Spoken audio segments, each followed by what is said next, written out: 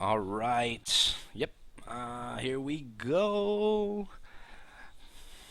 Bruno is being bet on right now. Bruno's got a bid up, and pretty fast and furious bidding on Bruno. Let's see. Looks like there's about 20 seconds left. We'll see where John Bruno lands. We're getting pretty close. Not much activity now. Looks like it's slowing down. Let's see. We are closed, and Kevin Shannon has struck first. He has bid for and won John Bruno to start his team off very strong.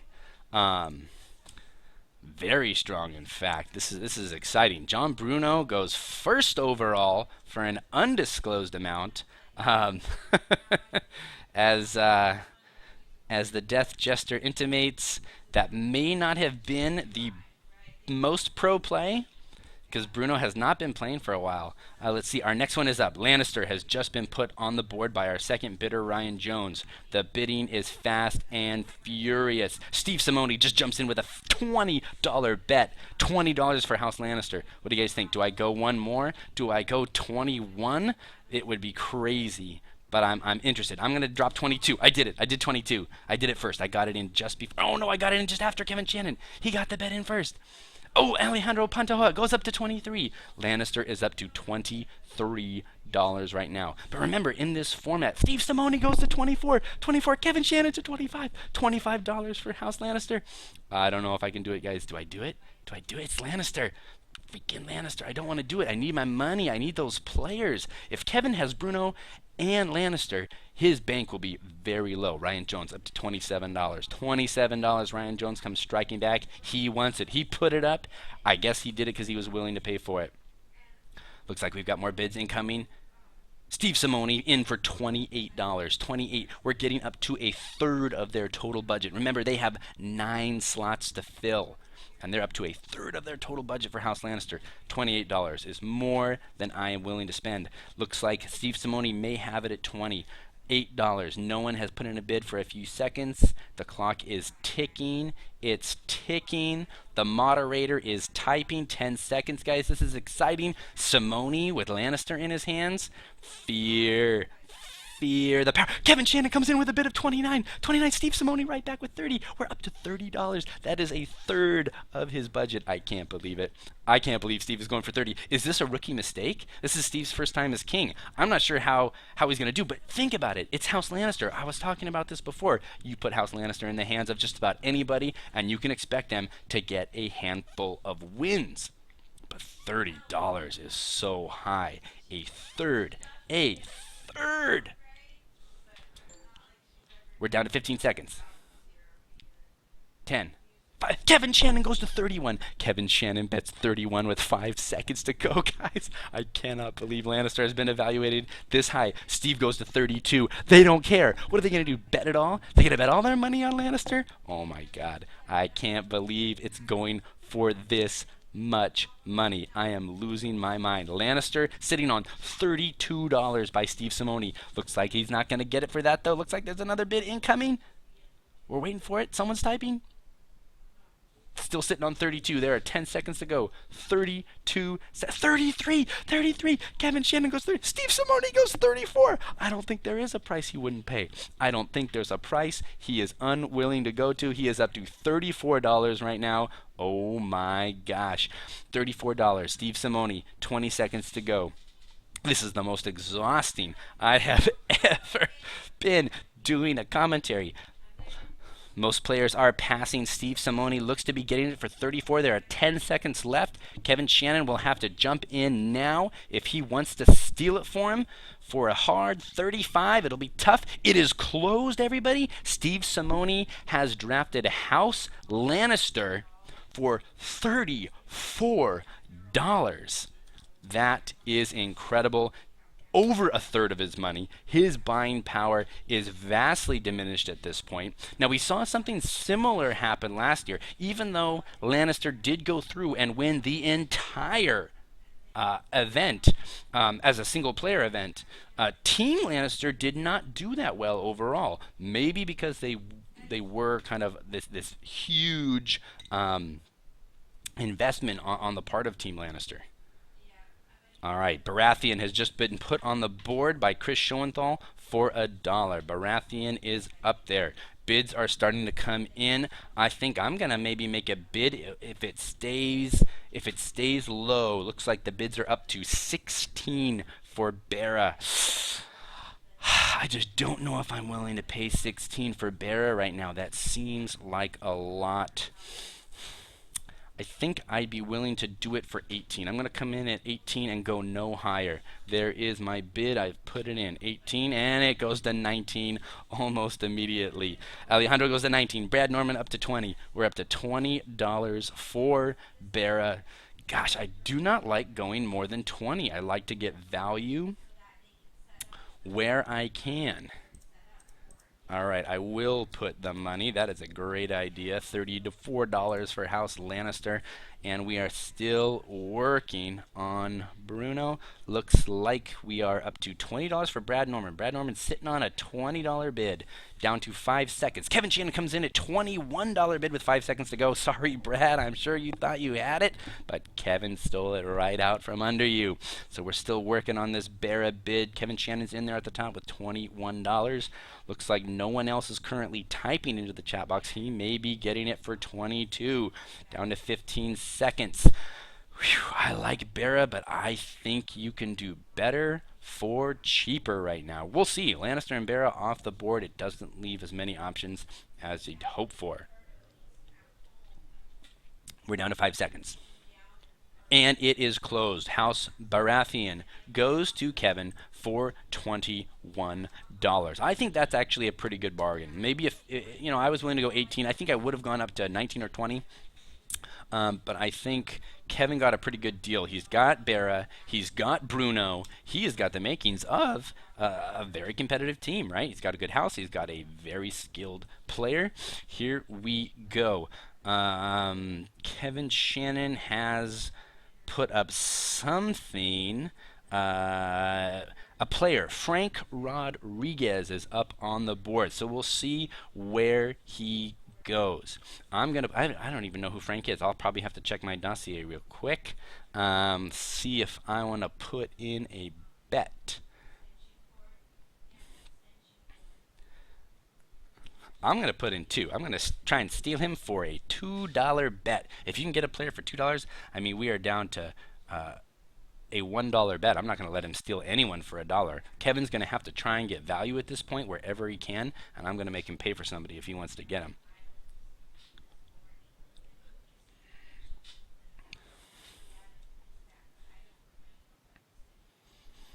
All right, bidding is still going on. I'll let you know where it's going to settle.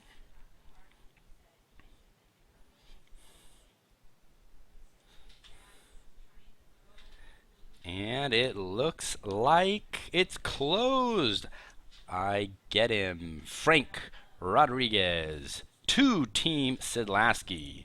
Let's see what that looks like. Here we go. All right, we have our first player from my team. I'm excited. Starting to build something beautiful. And now we've got, who's up next? It'll be Johnny Wright. We'll have to put up a player or a faction now. Oh, good. So they are marking him on the list so I can see who's been taken off. Johnny Wright puts up a dummy. So now we're bidding on the dummy spot. People are willing to pay, of course, for a dummy, but we'll see. So the dummy slot is worth 3 wins. It's worth 3 wins, right? I'm not sure I really want to put a bid in on the dummy. I feel like the dummy is kind of a late grab if you don't have much buying power. I think just about anyone can be coached up to get those 3 wins, right?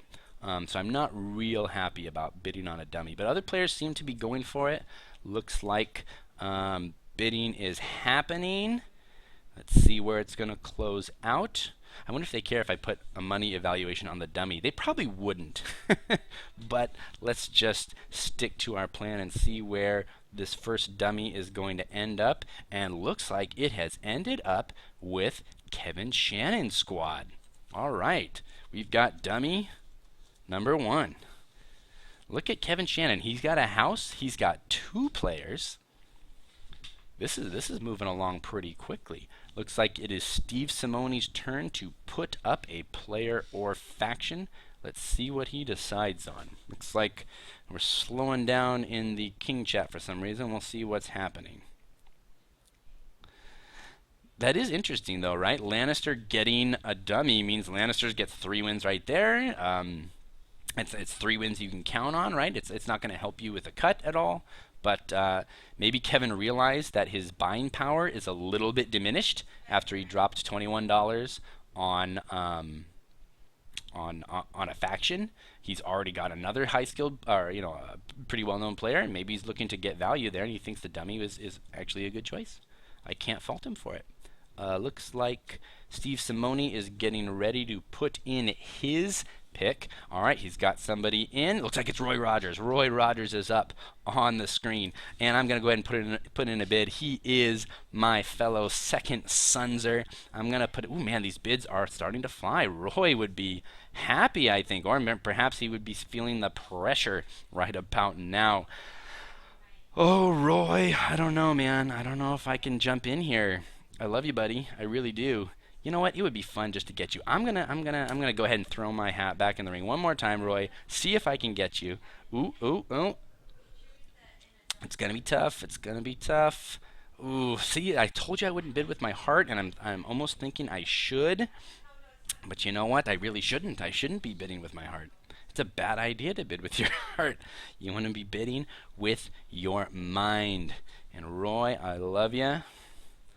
But I told myself I would bid a certain way, and I'm not going to do it. But maybe I was successful in kind of upping his price a little bit. But boy, this is incredible. It looks like, no, we get a last second bid. Just as the moderator tried to type in close, we had one final bid come in from Chris Schoenthal, and looks like he is the leader right now. Let's see how it's going to shake up. Let's see. We are not closed. We are waiting. Let's see if Chris can get Roy on his team. We're waiting the obligatory 20 seconds here. 10 seconds.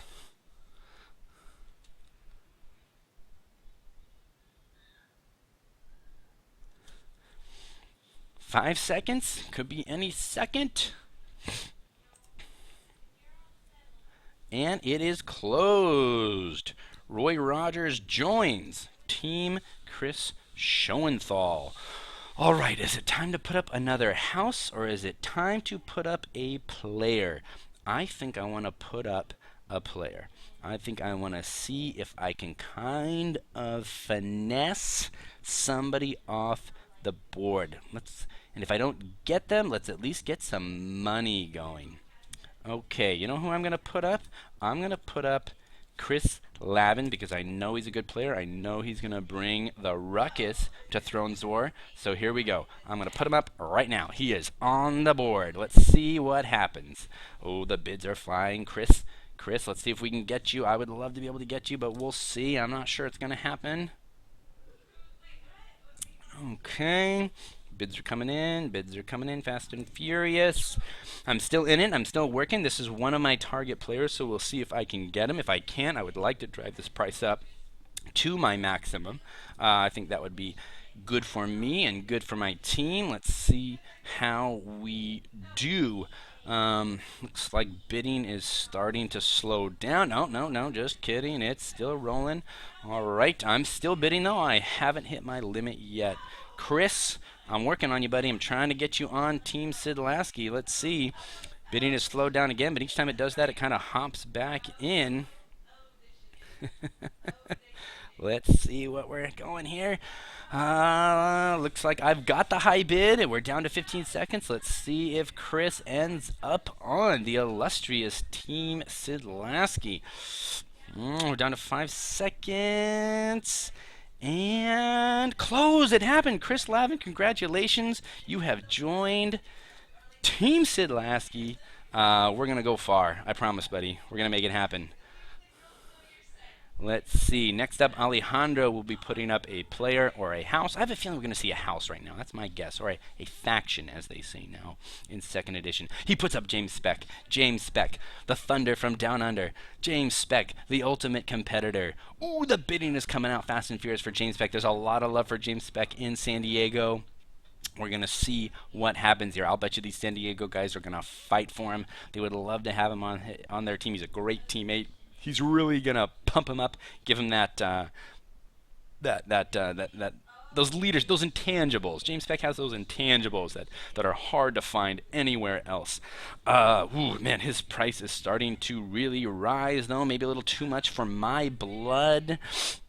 Oh, but he's a hell of a guy. He's been my roommate at Worlds the last 2 years. He would make a fine addition to Team Sedlasky, but I just don't know if I can do it. I really just don't know if I can do it. I can't do it. James Speck, I love you, buddy. You're the best. You're my bae, but I can't. Yeah, I just can't do it. Can't do it, bud. Uh, Told myself I wouldn't play that way, so I'm not gonna play that way. A lot of people with full money, right? Brad, Ryan, Johnny Wright. They have no players yet. Nobody off the board.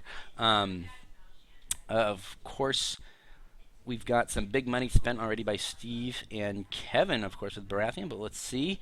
It's still going. James Speck, the bidding has slowed down, but it's kind of trickling in. You know, it's $1 here, $1 there.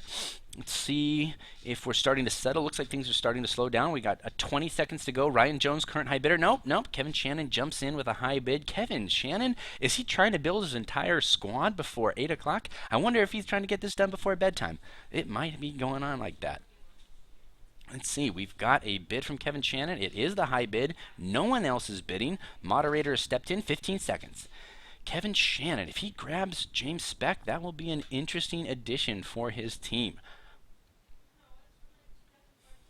5 seconds to go. 5 seconds. Does he have it? Looks like he might have this filled in. Nope. We got a last minute. Last minute bet with 5 seconds to go. Ryan Jones sneaks in there. They're doing this on purpose now, right? They are doing this on purpose just to pull victory right out of someone's grasp. So Ryan Jones right now is the high bidder on his bro, James Speck. This is dangerous, though. If those two end up on the same team, they'll be play testing 7 days a week. There'll be no stopping them. They'll be across from each other all the time, constantly. It will be a serious advantage to have someone in your town that you already play regularly with on your team. I think it's a good move. Oh, but Kevin comes in and he wants him more. Kevin wants him more, and the bidding just keeps going up. Kevin Shannon in the lead. I swear, I think Kevin might have a hard deadline of 8 o'clock, and he is just trying to get it done. 20 seconds. High bid to Kevin Shannon. Let's see if he gets him. 10 seconds to go. 5 seconds. 5 seconds. This could be it. This could be it. Unless we get a last second bid. And that's it. It's closed. Kevin Shannon gets James Speck, and he just keeps building a powerhouse Baratheon team. I am very interested. Look at this. John Bruno and James Speck on the same team. We made a little joke that Speck may have overpaid for John Bruno last year. And look at this. James Speck ends up on a team with John Bruno and didn't have to spend a dime. All right, now the way the snake draft works, Alejandro will be putting up another player or faction right now. So he is up. He's going to put it up, and we're going to see what he decides on. Does Alejandro know that it's a snake draft and that it's his turn again? Someone will inform him, I'm sure, if no one has. Let's see.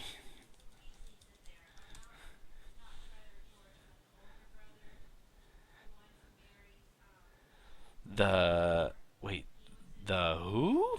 Oh! Tom Malucci, the Looch. I was very confused for a second there. All right, we've got a bet for Tom Malucci. I'm going to put in a bet. Put in a bid. We'll see if I can get him. Oh, I got in a bet just before Alejandro. Ooh, it's rising. We got these bids rising up.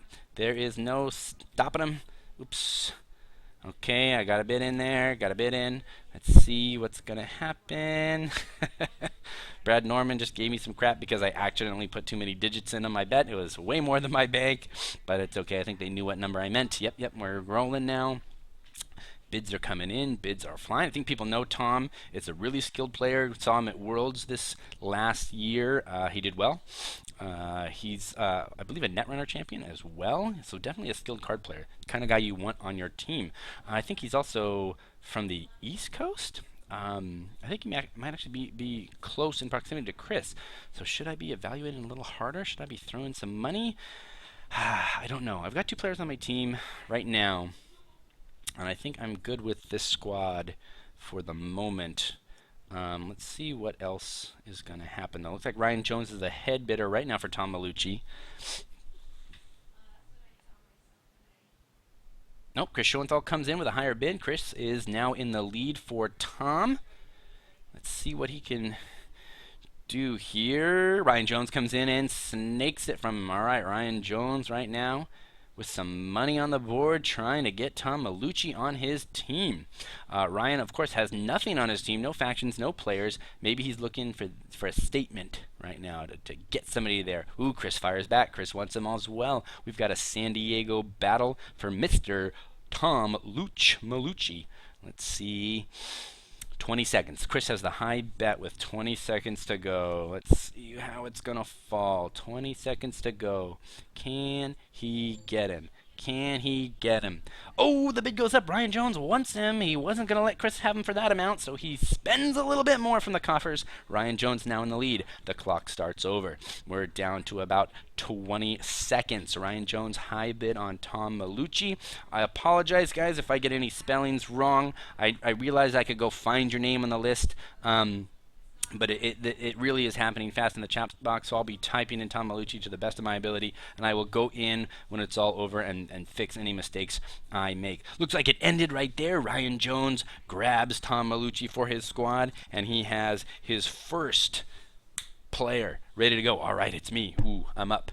It's time to put a player up, or it's time to put a faction up. I feel like it's time for a faction. You know what? I want to see what kind of market the Night's Watch has. Let's see what these people are willing to do. I'm going to go Night's Watch for $3. Let's see what happens. There it is. Night's Watch, $3. Brad goes ahead and bids $5. The bid is up to $5. $6 Alejandro Pantoja wants Night's Watch. $6 is the current bet. $7 goes up. $8 for Alejandro. Brad comes in with a $10 bet. Chris Schoenthal jumps all the way to 16. He wants it. He just won a store championship with Night's Watch, so I'm sure he's feeling pretty confident with that house. Alejandro jumps back with 17. I'm going to jump in with a quick 18. 18 for Night's Watch for Sedlasky. I didn't just want to see the market. I would actually be just fine with getting Night's Watch as my house. Chris Schoenthal comes in with a $19 bet. $19 for Team Night's Watch. If Chris got Night's Watch and Roy Rogers, that would be a pretty good start to a team. Ryan Jones in with a $20 bet on Night's Watch. $20. Boy, I told you $20 was my limit for a player. I'd be willing to go a little bit more than $20 for something that wasn't a player. Maybe I should go up to 21. 21 would be a risk, but I think it's a risk maybe worth taking. Brad Norman just goes up to 21. 21 for Brad Norman. I'm not real confident about that. You know what? I'm not real happy about that $21 bid. $22 for Chris Schoenthal. Yep, I'm out. I'm not going to spend more than that. I'm going to need some buying power. My money is at a real... Oh, what do we have here? Okay, Chris is still the high better here with $22 for Team Night's Watch. Looks like things are starting to settle there. Boy, with Baratheon going at 21, Lannister at 34, that would be the second highest, but I thought they would go for a little bit more than 22. I really did. 22 seems just a little bit on the low side. Ryan Jones comes in for 23 with 10 seconds to go. I called it. I didn't think it would be gone for 22. Now let's see if Chris Schoenthal and Ryan Jones get in a bidding war and they can drive that price up a little higher. I would be absolutely fine with a development like that. Looks like Ryan Jones has the top bid right now with 23. He does like those passive decks. He took a semi-passive deck to Worlds and did quite well with it. Got to the top 16, but you don't get more passive than Night's Watch. Let's see if he can work his way to victory? Oh, it looks like we have maybe a late bid coming in. Is there? We do. Alejandro Pantoja throws down $24 for Night's Watch. $24 would put it really clearly ahead of Baratheon in their estimations, right? Let's see what they're going to choose. 20 seconds to go. Now, remember, Night's Watch is only going to be able to play a maximum of 3 Fealty agendas. So they're going to have to get creative with the team, right? So maybe that's why it's not going quite as high. If everyone could play Night's Watch Fealty, I bet you would go for a little bit more, right? Lannister has so many banner options. Maybe that's why they went for so much money. Looks like Alejandro Pantoja has gotten Team Night's Watch for $24. Way to go. All right. He's got a team. Now he can start to build it. $24. It's in the books. Let me stretch this window just a little bit. All right. So it looks like it's Steve Simone's pick. He's got to put up a player or a house. Let's see what he does.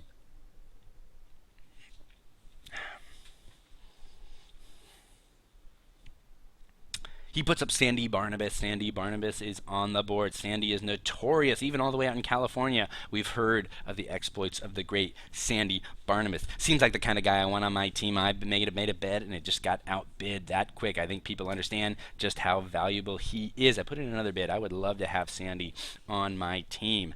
I hear he's scrappy. I hear he likes to drink. I think he would be fun to get on Team Lucas. And those bids just keep rising. He's still within my budget, though. I think I'm going to put in another bid. Another bid. I am the high bidder right now on Sandy. Let's see if we can land him. Still the high bidder. Still the high bidder. Nope, no. Came in and someone else outbid me. Let's see. Steve went ahead and outbid me. I'm going to go ahead and go up and try and outbid him one more time. Ryan Jones, you dirty bastard. He went ahead and outbid me as well. I'm still going up. He's still within kind of the area I wanted to get him for. Let's see. Let's see if I can get him for that amount. I am the high bidder. There should be a slowdown now. Looks like we're into the clock. We're down to 15 seconds. Might be able to get him here. 15 seconds to go. 15 seconds. Nope. Steve Simone comes in and outbids me. I think I'm going to... Gosh, do we really want Steve Simone and Sandy Barnabas with Team Lannister? I don't like it. I'm not happy about it. I'm not happy about it at all. I'm going to go in for one more bid. Do I dare? Do I dare? Nah, I'm going to let him have it. I'm going to let him have it. Steve Simone, you enjoy Sandy. And looks like it's about to close. We're down to 5 seconds. We need a last-minute bit for Sandy to go to someplace else, and it is closed. Steve Simone has added. Sorry, been talking a lot. Tongue starting to twist. Sandy Barnabas? I think I got that right. But again, if I misspelled it, I'm sorry. I'll do my best to get it fixed up later. All right. Johnny Wright puts up Steve Delatorre, the player Steve Delatorre. Let me get a look at Steve. I don't know Steve well. I think I've met Steve, but do not know him. So I'm going to check the dossier real quick. Betting is moving steadily, though, so I'm going to have to move quickly. Looks like he's a pretty regular player. Plays in San Diego. That's probably why Johnny Wright put him up. Let's see. Boy, his dossier is interesting. Yep. Looks like we're getting some bids coming in. I think I'm going to go ahead and jump in there myself. Oh, yep, got in there quick. Outbid by Kevin. Kevin really trying to fill that team up quickly, like I said. All right, I'm back to being high bidder. Let's see what I can produce here with my money. When I see a player that looks pretty good, I'm looking at a regular player, San Diego area, plays every week, pretty competitive. Seems good. I'm in there right now. I'm still the top guy. Let's see where we're at. And looks like we're down to 10 seconds. 10 seconds. And it is closed. Steve Delatorre joins Team Lucas. Alrighty, I'm excited about that. I think we're assembling a pretty good squad. A nice little mix of SoCal guys. We got Chris from the Boston area. Alright, Kevin is putting up a player, I'm sure. He's already got a house or a faction, so he's got to put up a player. He puts up David Moran. David Moran just moved up to NorCal. He is, of course, a famed SoCal San Diego player. And the bets are coming in. They do value their San Diego guys quite high. And looks like Brad Norman right now is in the lead. Brad Norman has the high bid. Ooh, Brad Norman is NorCal, so maybe he's seen an opportunity to grab a new NorCal guy, get him into his playtest sessions, and really work with him and get that team up to snuff. Chris Schoenthal jumps in, though. Chris knows David very well. They traveled together at Worlds. They spent a lot of time together down in San Diego, so he knows the kind of player he's bidding on. He is the top bidder right now, Chris is. Let's see if he can keep him. Still top bidder, 20 seconds to go. 10 seconds. Chris still there in the lead. Looks like he might get him.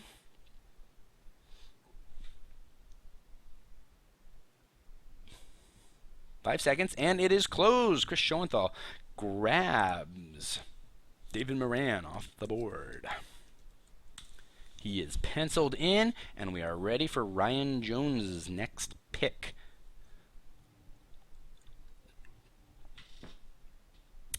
Let's see. Who's going to be Ryan Jones? Who's it going to be? Waiting here on our King of Kings and his entry into the draft.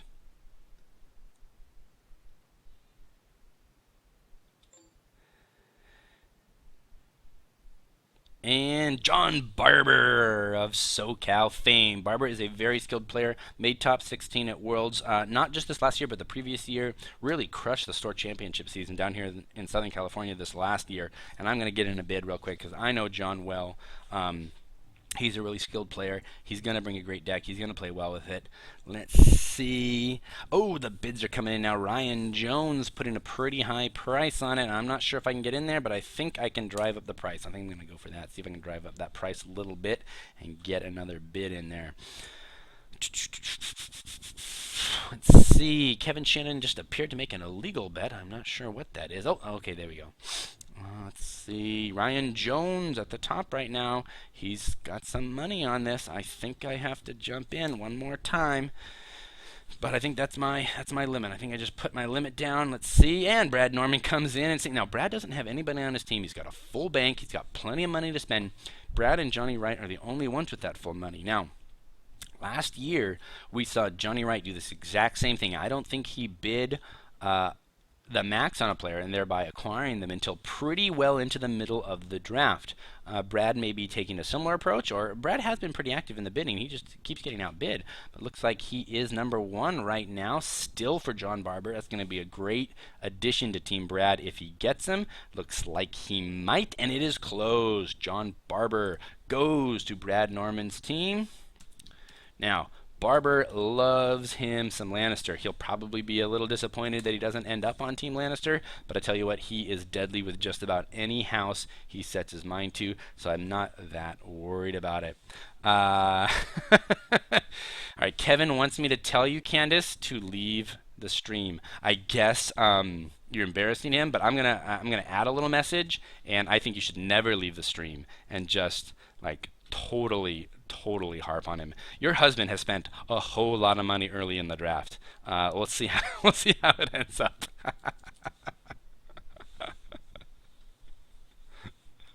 All right, Joe Barclay gets put up. Joe Barclay.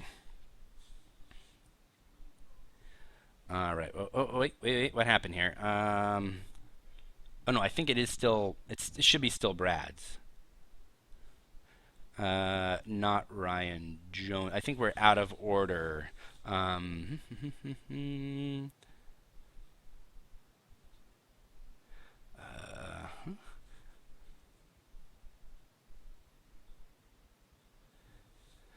well, I think we're out of order. Did I miss something? I think I missed something. But we are bidding on Joe Barclay right now. But it looks like Ryan Jones put up the Barclay bid, not Brad Norman.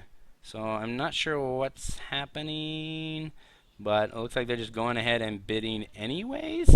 Looks like they know about the issue, though. Okay, they are correct on order. Got it. I guess Brad did put up two players. Oh, yeah. Okay.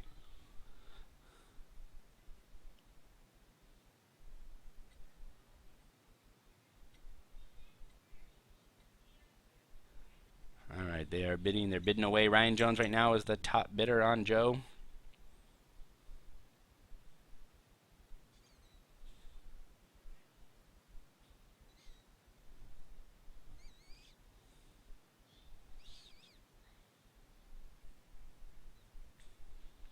All right, Brad will be next. Brad will have 2 picks next. It's tough to watch the board because, of course, they're not filling in draft order. So it's hard to tell sometimes whose turn is up next. Looks like we've got 5 seconds left with Ryan Jones with that top bid still. And it is closed. Closed up. Joe Barclay goes to team Ryan Jones.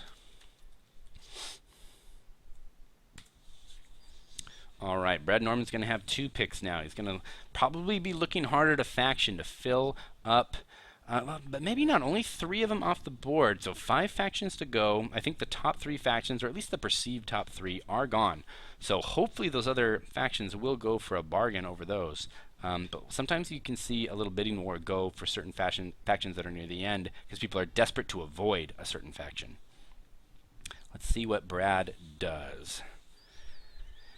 He puts up Alex Esposito. I love Alex. He's one of my favorite players to play with. I'm going to put Alex on the screen right now. Looks like Brad wants him bad. I'm going to jump in there. I'm not going to let him have him for that cheap.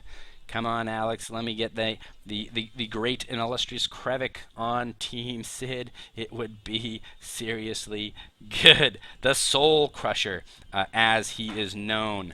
All right, I've got my bid in on the Soul Crusher. Let's see if I can get him on Team Sid. I would be pretty stoked. And honestly, there's no one faction that I would be really upset to get. So I'm not that worried on factions. If I can get kind of something that's not my least favorite pick, I'll be happy. All right, 20 seconds to go. 20 seconds to go. Soul Crusher intimated to me earlier that he's not looking forward to doing well. But we'll see how he does. 10 seconds to go. And it's closed. It's done. I've got him. The Soul Crusher. My wife is laughing. I don't think she realized she just momentarily ended up on stream brushing her teeth in her pajamas. But if you all saw her there, well, you got a little show for free. All right, Brad now has another pick to throw up. He's going to put up Sean McCollum, the new SoCar edition, that is South Carolina meta. He is a very skilled player. Took me out at a store championship last year with a really good deck. Let's see.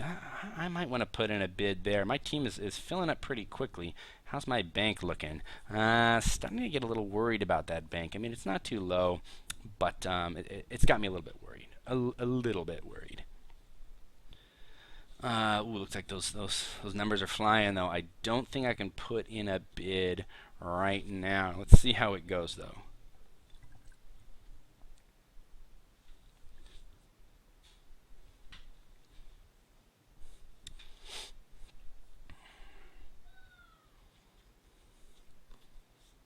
I feel like also some of these factions that people are evaluating a little bit lower.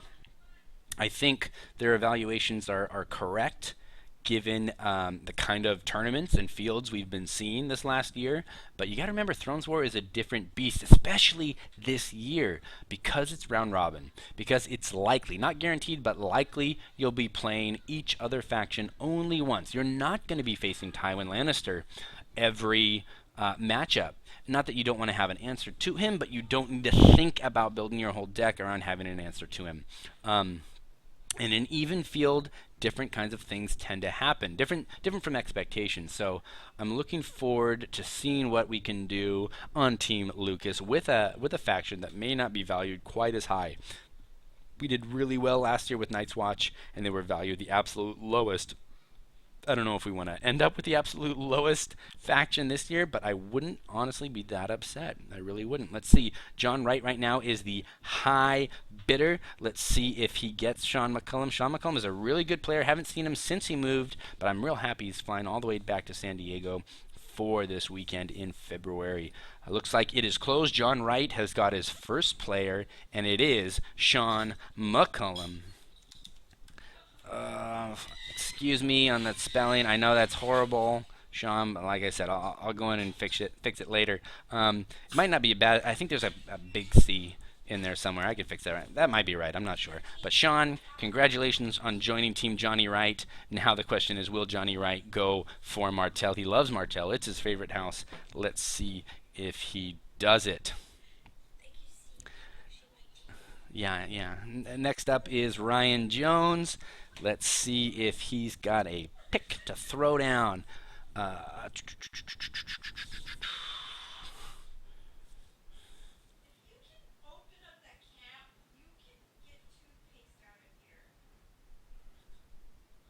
okay, looks like we're taking a short break. Short break in order to check stats, make sure everything is good. And we are good. I think we're going to be continuing.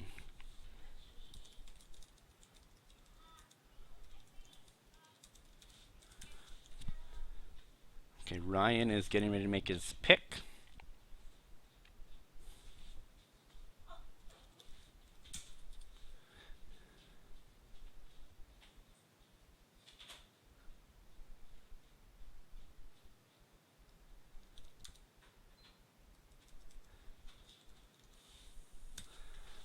All right, Ryan Jones, we're waiting on that pick. It's coming in. We're just taking care of some administrative duties in the chat here with the other kings.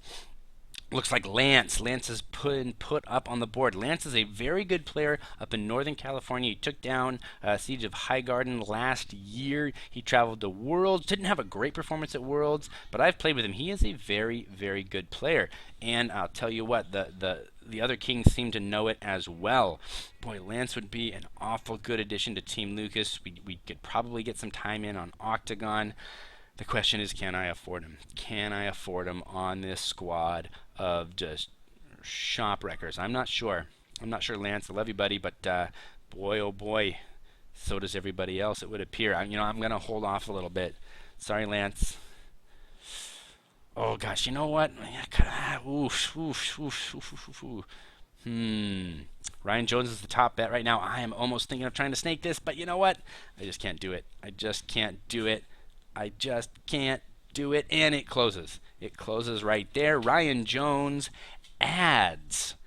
Uh, who did you add? Lance. I'm like, who was that I just missed out on? Oh, yeah. Lance. All right. Oh, gosh. Spelling. I'm not a terrible spell. I feel like that's right. Krutzinger. If it's not right, it's close. Don't hate me, Lance. Looks like, oh, wait a minute. Looks like we have a quick pause. Okay, it looks like we can take just a really quick pause. Alright, I'm going to take a 30-second timeout real quick, stream, okay? I love you all. I'll be right back. Don't worry. We're not going anywhere. But someone else had a little tech issue. I'm going to take that advantage to take a little bathroom break.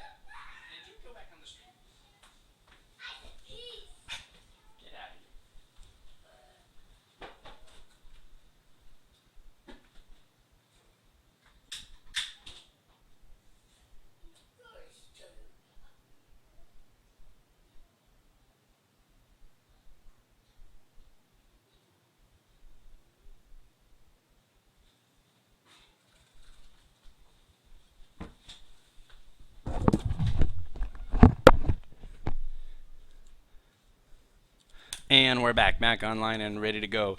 Looks like we are bidding on somebody. Looks like it's Chris's pick. Let's see who he's gonna put up. Looks like he's put up Corey Briggs. Corey Briggs. Let me check my list. I know Corey. I've met Corey, but we haven't had much time together. Let me see if I can get a quick peek at Corey Briggs. Yeah, San Diego, plays quite a few days a week. Done well in some store championships, some top 16, some regionals. He made top 16 last year. That's right. Boy, yeah, he would be a great addition. Corey. Let's see. Let's see if we should do Corey. You know what? Let me think about it. Boy, that bidding's going. That bidding's going. You know, I don't know Corey well enough. I'm not sure. I think I'm going to let this one slide. Looks like he is going to Kevin Shannon. Yes, Kevin Shannon has picked up Corey Briggs. That is four players on Kevin's team. He is down to only 4 slots left in his entire draft. Looks like Chris is... what is Chris doing here? Is it Chris's pick? No, it looks like it's Kevin's draft pick. So let's see what Kevin comes up with.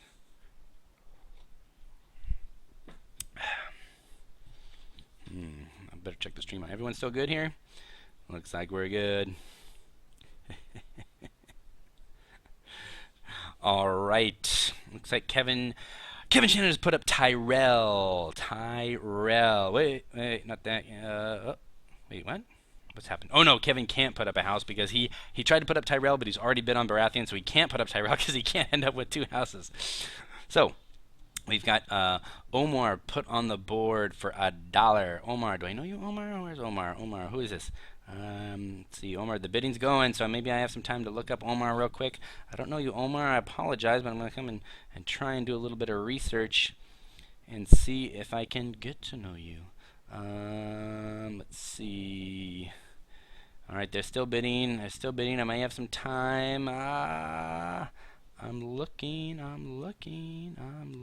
Oh, there he is. Okay. San Diego player, plays weekly. I've only got 5 seconds. You know what? Too late. I just don't know.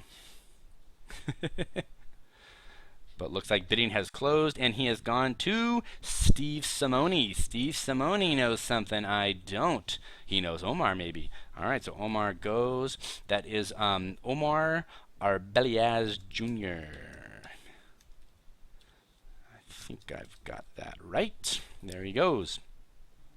All right, Johnny Wright puts a dummy up, and I'm going to go ahead and put the dummy money because I think that's interesting. So dummy money, Johnny Wright bids 6 on a dummy, 6 for 3 wins. I don't know. I feel like I can coach up just about anybody. I feel like with the strength of this team, we can get together, we can get 3 wins out of just about anyone. Now, if you can get them for less than the $10, though, maybe that's a bargain. Maybe that is. Do we jump in and do we grab the dummy? It means fewer people to organize, fewer people to kind of get together and make sure things are working out. It also means fewer people that may end up in that Swiss group. So maybe a dummy is worth it. You know, I'm willing to put in a small bet, a small bet of $8 for a dummy. Let's see if I can get a dummy for $8. If I can get one for less than the 10, I'll consider that a pretty good bargain. If I had Team Lannister, I probably wouldn't go for the dummy, but I like the idea. Oh, it is max 1 dummy per team, but I have none, so I'm not breaking any rules. I'm not sure why I've been reminded of that rule, but okay. Let's see. All right, looks like we're high bid on a dummy for $8. Now we just have to make sure that no one on our team does worse than that, right? That's got to be the worst player on our squad. And looks like I got it. We got the dummy. Dummy number 2. There are a total of 5 dummies available, so as soon as 5 are bid on, all dummies are gone, right? There will be no more. Now, we only have 3 more player slots and 1 faction slot left to go, so our bank is getting pretty small as well, as you would guess. Looks like it's, who is it? Is it Steve Simone? I think it's Steve Simone's turn to put up a player. Let's see what he does. Looks like he's thinking about it. He's contemplating who to throw up there. Let's see what he goes for. I need to check our bank real quick to know what kind of spending power we have. And looks like we've got Johnny Kraus. Johnny Kraus is on the board. Boy, Johnny Kraus would be a great player to get on this squad. But of course they know it too, and there goes the bidding, right? There goes the bidding.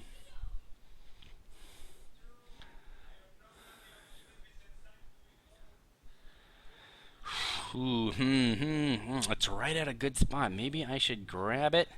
Maybe I should get it. Do I dare? Do I dare? I'm doing it. I'm in there. I'm in there. I'm in there for you, John Kraus. I made a bet.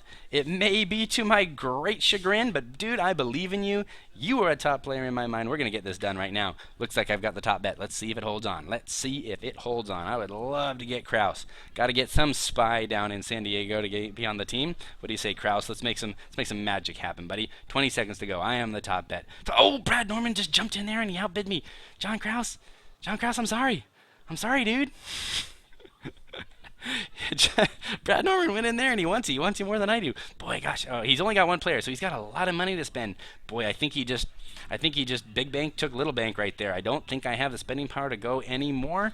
I think I'm gonna let Brad have you, but just know, John Kraus, I tried, bud, tried to get you on the winning team. But you've got a good home there with Barber. That is the team of Johns right now. Brad has got a couple Johns on his squad. Well, he's still got 10 seconds to go. Someone could jump in. And nope, looks like it has just closed. And Brad Norman grabs John Kraus. That's a great pick. That's a great pick. John Kraus is dedicated to the game, and he is going to bring wins to your squad for sure. For sure. Okay, I think it's my pick. I think I'm going to put up House Tyrell. Let's see what happens. I'm going to put up Tyrell for one. Let's see what happens. We're going to get a house. I like seeing the numbers, so I'm going to put up this house. Tyrell for $1. Oh my gosh, if I can get it for $1, no one else is bidding. I don't see a single other bid. Could I get House Tyrell for $1? Could I get it for $1? Nope. Someone came in there for $2. I'm going to go to $3. Going to go to $3 for House Tyrell. Oh, John Wright went in for $4. That dirty dog, he went in for $4. I'm going to go in for $5. Let's see what I can do for $5. $5. I'm at $5 right now with John Wright. Me and John Wright seem to be the only people interested in getting Tyrell. John Wright goes in for $6. I'm going in for $7. I'm going to go in for $7. I would like Tyrell, actually. I think they are in a position to do well. Looks like Chris Schoenthal is going to make a bid. He does. John Wright goes to 8. I'm going to go to 9. Johnny Wright goes to 8. I go to 9. I'm not sure I want to go above 9. I think 10 would be my limit, but if he puts in 10, well, then I really don't think I can go beyond him. John Wright wants him. He goes to 10. I'm jumping to 11. That might be my max. Let's see. That's not going to leave me a lot of money, but you know what? We only have 3 more spots to fill. I'm feeling pretty good about a Tyrell grab. Let's see if I can get it for $11. That might have been a little bit more than I was hoping to get them, but it is at a spot that I would evaluate them fairly. And, oh wait, John Wright goes in with 12. John Wright goes in with a $12 bid on House Tyrell. You know what? I don't want him to have it. I want House Tyrell. I want it. I'm bidding 13. I think they are poised to be the house of houses. They did so poorly at Thrones War last year. I would like to see them do better. So I'm going to go ahead and jump in there with a $13 bet. See if I can get them. If John Wright goes more than 13, well, good for him.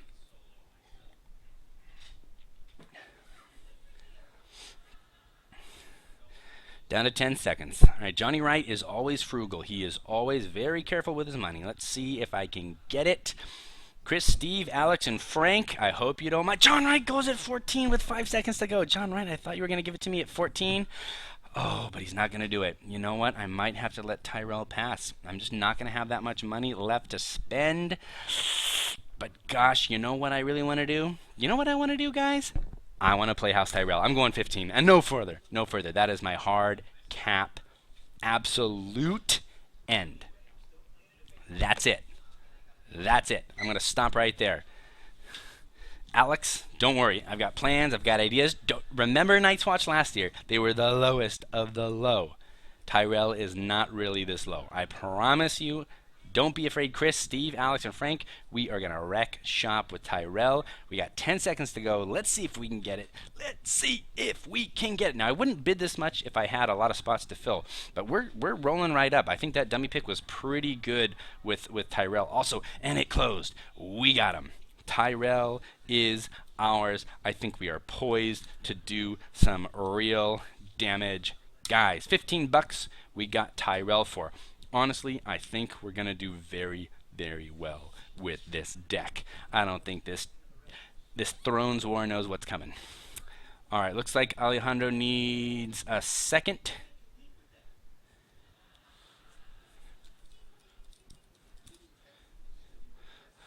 Looks like we're taking a 45-second break, a real quick one, while some people get some beverages refilled. Let's see. Let's check out our banks. All right, I don't have the least amount of spending power, but I am fairly low. I must admit, I am fairly low. Let's see how the rest of this team squares up.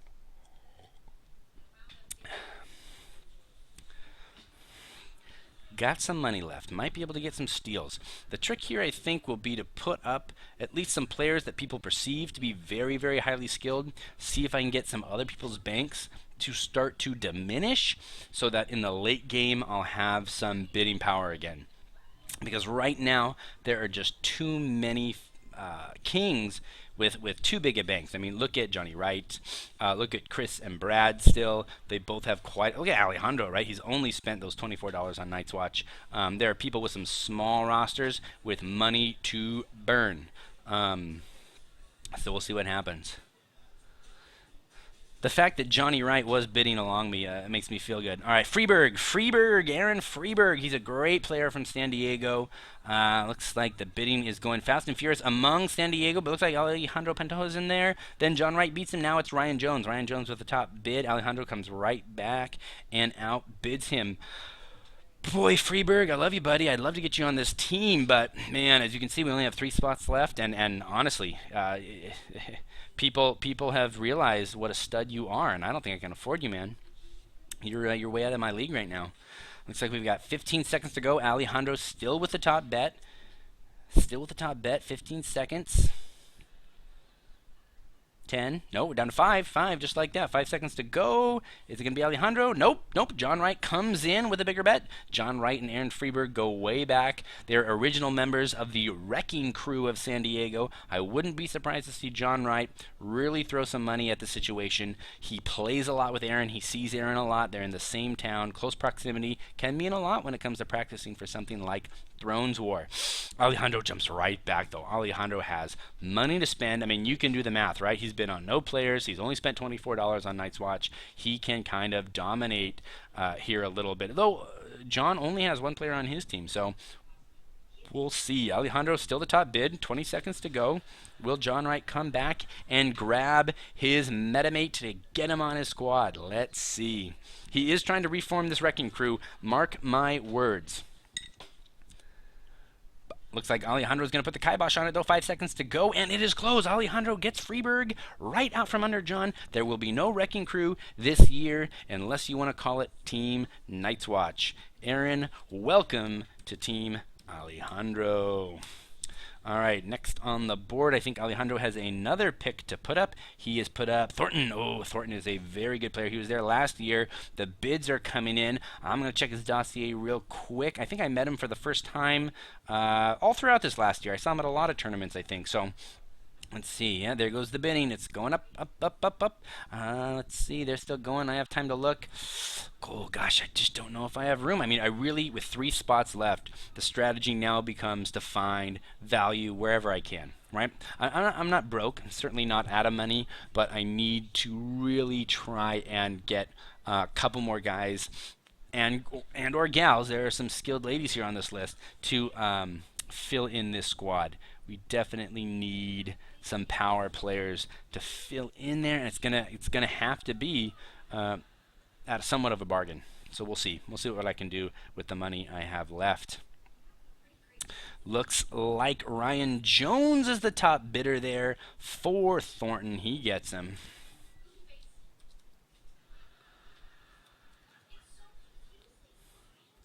Now, they just put up Thornton. Thornton, you're going to have to excuse me, man, because I forget your last name, or your first name, so I'm going to look it up real quick. Matt, of course, of course. I knew that just as I was looking. I was like, oh, duh, Matt Thornton. All right, there we go. Matt Thornton is in. Okay, looks like it's back to my pick. All right, I'm going to put up someone who I just would not at all mind getting on my team. Let's see. Yeah, got to think here. Let's go with, who can I go with here? Who's gonna really be something interesting? Oh, okay. Looks like we got a little bit of a pause.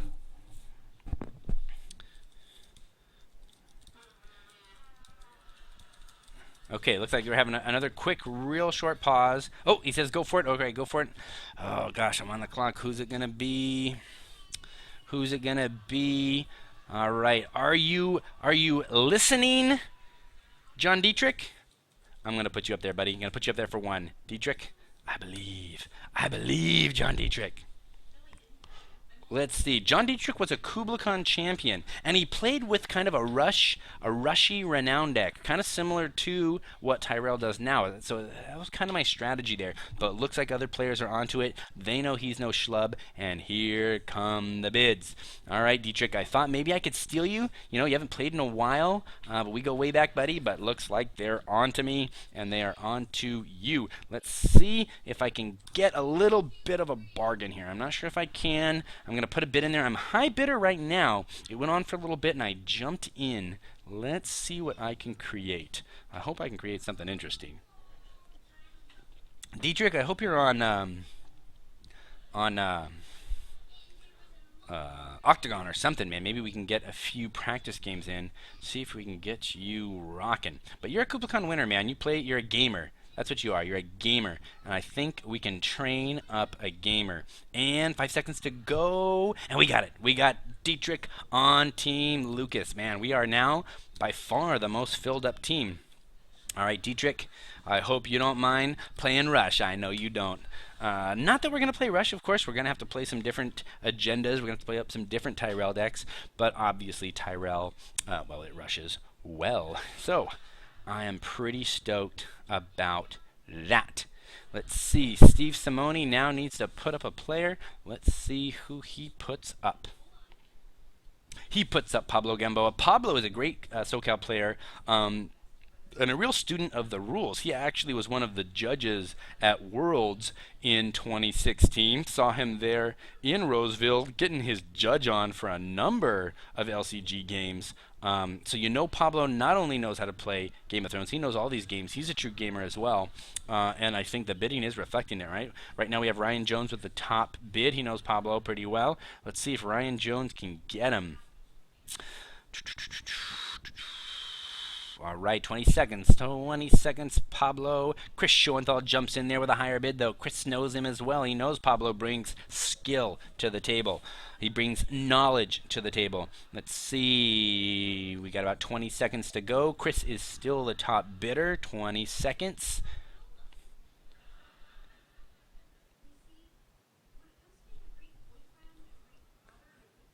We're down to 10 seconds. 10 seconds. Chris right now is the top bidder. Let's see if he can add Pablo to his team. 10 seconds to go. 5 seconds to go. And it is closed. Pablo Gamboa joins team Chris Schoenthal. All right, I believe that was, who was that? Who put that guy up? I can't remember who put him up, so I gotta look to see whose turn it is. Looks like it's Johnny Wright. Johnny Wright's turn to put somebody up. Let's see who he gets up there on the board.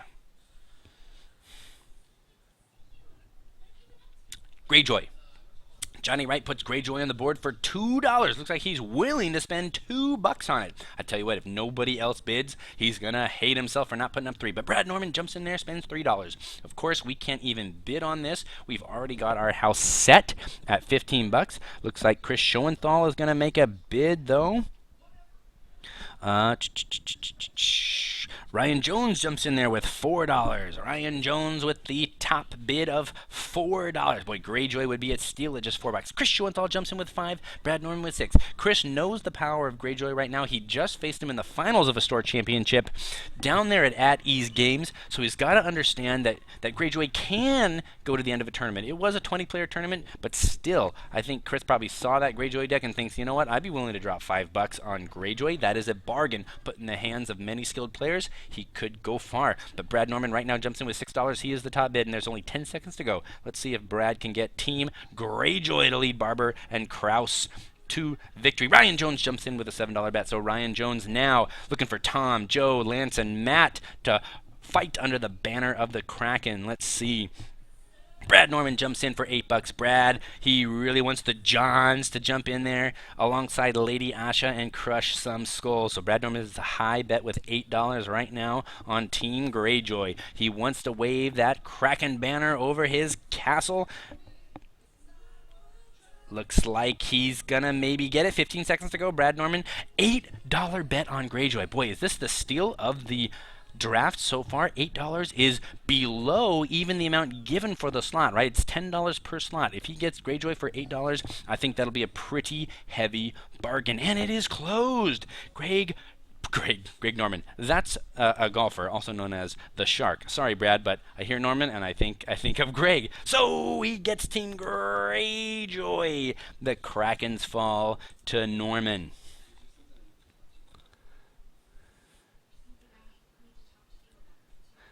All right, and now I think that brings up Kevin. Kevin needs to put somebody up. So Kevin, he's already got a faction, so he's going to have to put up a player name. Let's see who he does.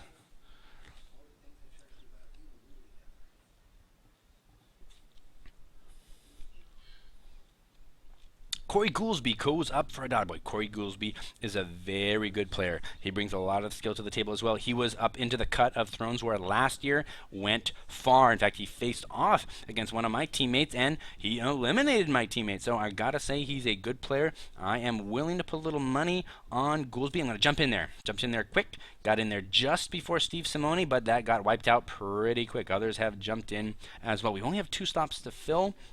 And with 2 slots, I feel like we're gonna have to make a move here. Let's see. Boy, we've jumped up to who is that? Ryan Jones. Ryan Jones has now taken the top bid on Corey Goolsby. Sorry, I didn't have my scroll bar all the way to the bottom.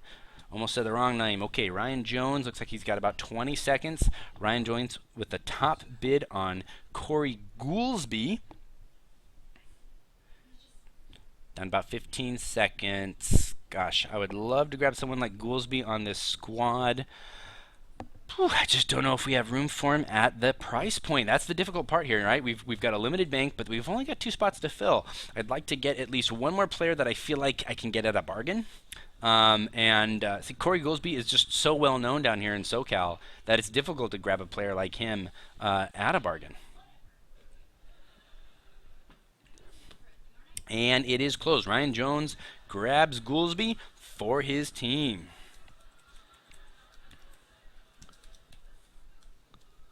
All right, Corey, welcome aboard to team, well, whatever. He hasn't got a faction yet, so we'll see.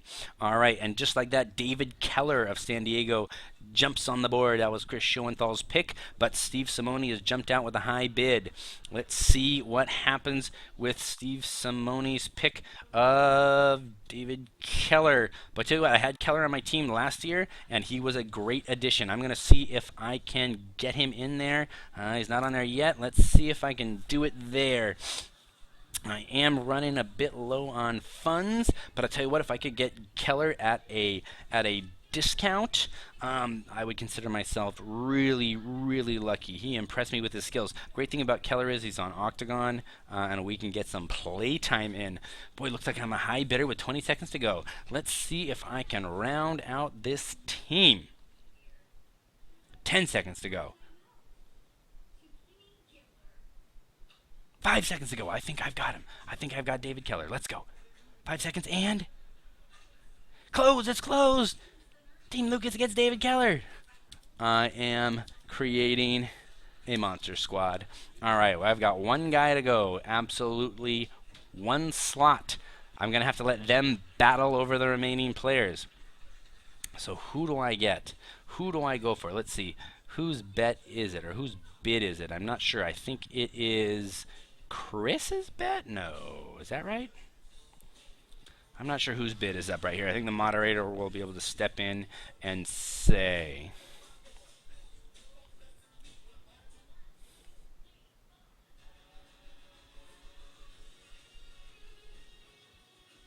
Ryan Jones puts up Shelby. All right. Shelby's a great player from the Sacramento area. Okay, looks like it's Ryan up, and then Brad, and then we might take a little short break after that. Steve Simone puts a bid up on Shelby Anderson. Ooh, and here come the bids. The bids are flying. I'm going to put in a bid. Oh, and there it goes. It's gone. Brad Norman just outbid me like nothing.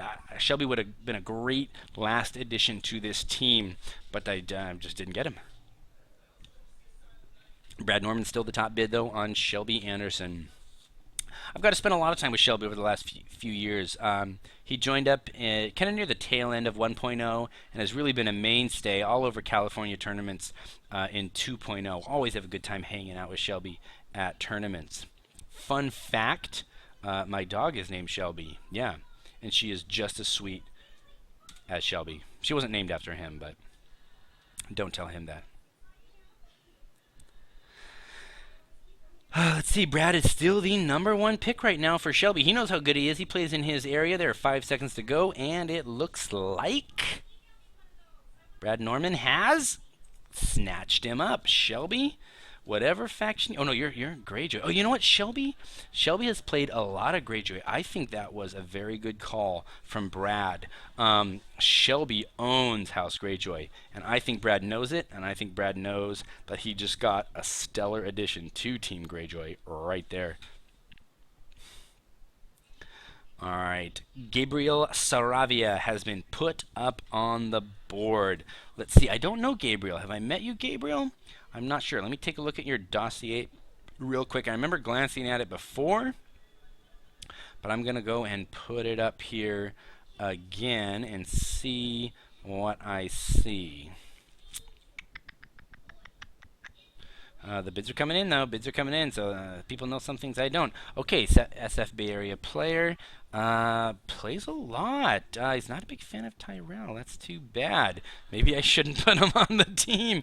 Yeah, it looks like the bidding has kind of moved beyond my bank anyways. Oh, it's moving up now. Alejandro, top bid. Top bid right now is Alejandro.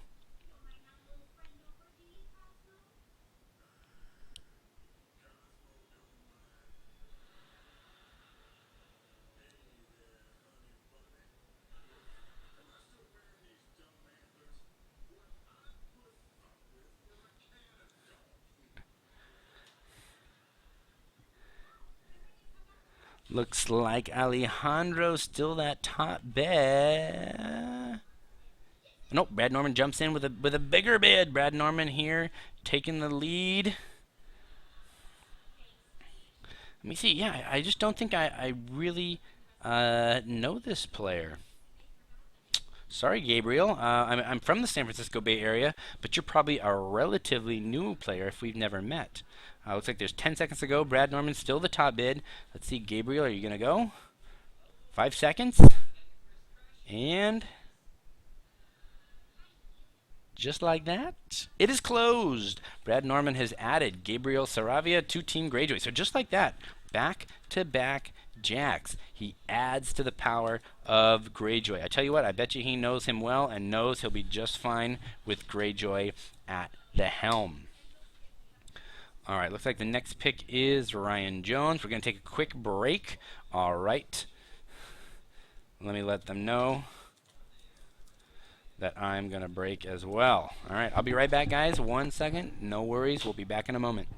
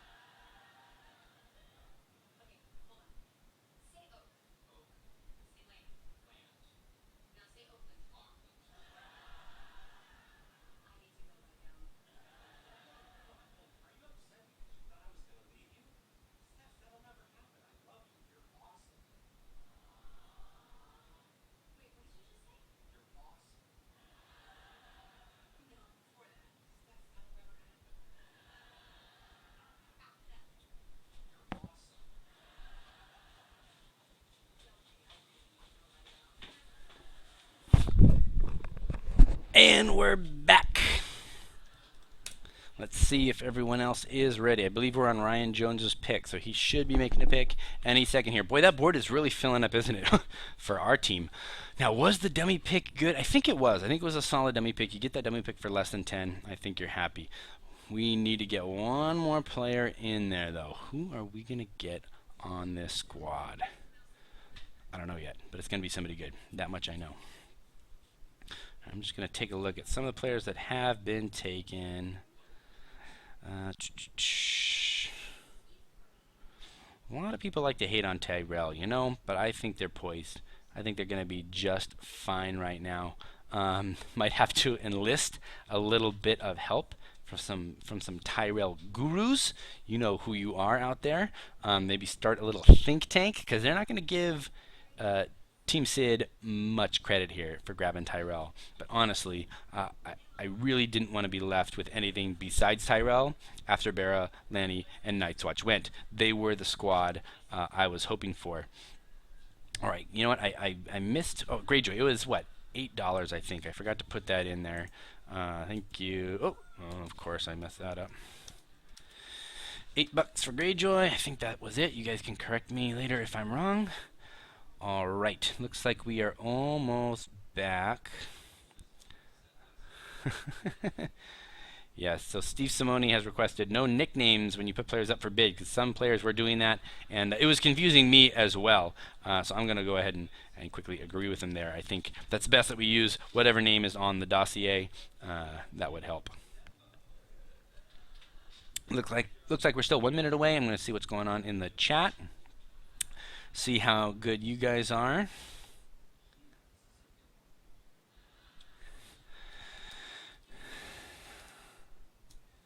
All right, everyone enjoying things in the chat? How am I doing? How are we doing? That all looks like that board is solid. This has been really fun, I gotta say. I'm just kind of spitballing here while we fill up the time. But this is fun. It's not only fun doing it, but it's fun trying to commentate this with all of you, especially when those houses start flying. Those bids for Barra and Lannister and Night's Watch were pretty exciting.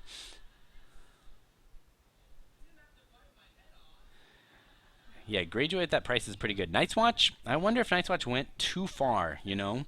For what you're gonna have to dilute Night's Watch with some banners that I don't think necessarily make it better. I think they might even make it worse. So we'll see. All right, it looks like we are ready. Oh, you know what? I think I had it wrong. I think it's still Brad's pick. Yeah, because we snaked down to Brad. He made his pick, but he still has one more pick to make. Yep, I'm ready. Let's do it. Brad Norman puts up Eric Green. Eric Green is a solid player. This, I know. I'm going to try and just grab him right now. Let's see if I can do it. He's probably not going to fall to me. And there he goes. I just got outbid. Do I put in another bid? Let's see. Oh, I probably can't. He's still going. Alejandro right now has the top bid on Eric Green. Eric Green is a good player. You know, I've never met Eric Green in person, but he got first took down an Octagon tournament, a really big Octagon tournament that I was lucky enough to get to play against him, and he rolled me, I think, in the top 16 or top 8, I forget which it was, but I was just one more pothole on his way to taking that thing down, and he's done really well at tournaments up north, and I tell you what, everyone seems to know it. If anyone thought they were going to get Eric Green for a steal, they were crazy. Yeah, he's going. We still have bids coming in. Looks like Alejandro is the #1 bid. Let's see if he gets him.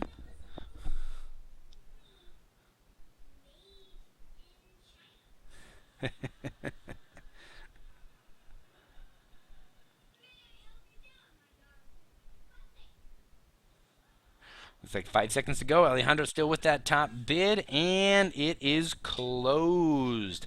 Eric Green goes to Team Night's Watch. So that might not be his preferred type of plane, but we'll see him.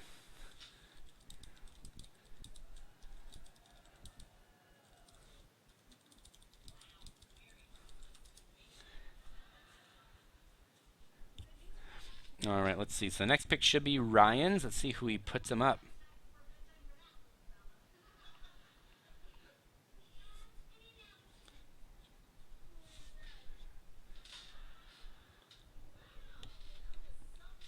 Waiting on the King of Kings, Ryan Jones, who currently sits the Iron Throne. Really, he doesn't currently sit the Iron Throne. I guess the Targaryens do sit the Iron Throne. They were the team champions last year. Or does the individual champion, Kevin Shannon, does he sit the Iron Throne? We'll have to figure out. It's always a tricky thing at Thrones War because you have your individual winner who is, showered with accolades, but you also have your team winner who I don't think are seen as any less of a winner, right?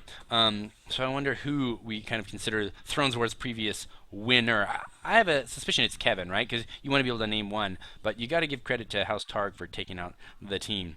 Looks like Matt Zealous has been put on the board. Steve Simoni has that high bid right now.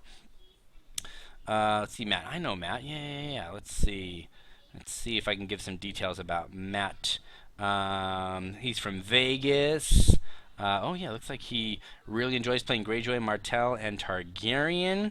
Alejandro has that top bid right now. Let's see if Alejandro can add him to Night's Watch. Night's Watch is on his teams he'd rather not play list, but I tell you what, he'd have to be crazy not to be at least somewhat interested in playing Night's Watch at this point, because he is, or that faction is, of course, pretty damn good. Chris Schoenthal in with the top bid right now. Looks like Chris knows Matt could be a real asset to his team. Now we are 5 factions done. Chris is one of the 3 teams who still do not have a faction. So I'm sure he's got a plan, though. I'm sure he has a faction he would like to see fall to him. Let's see who that ends up being, though. Right now we're still working on finding Matt Zealous a home. Chris Schoenthal still the top bid. I think we've got about 10 seconds to go. 5 seconds. Johnny Wright still has only put 1 player on his team. A lot of guys are just going to end up falling to him for virtually nothing here if he doesn't make a move. I can tell you right now, though, I know what Johnny Wright wants. He wants Martell, and he wants it bad. And that's it. It's closed. It looks like Chris Schoenthal, let me double check, has the high bid. He does. So Chris Schoenthal grabs Matt Zealous and adds him to the squad.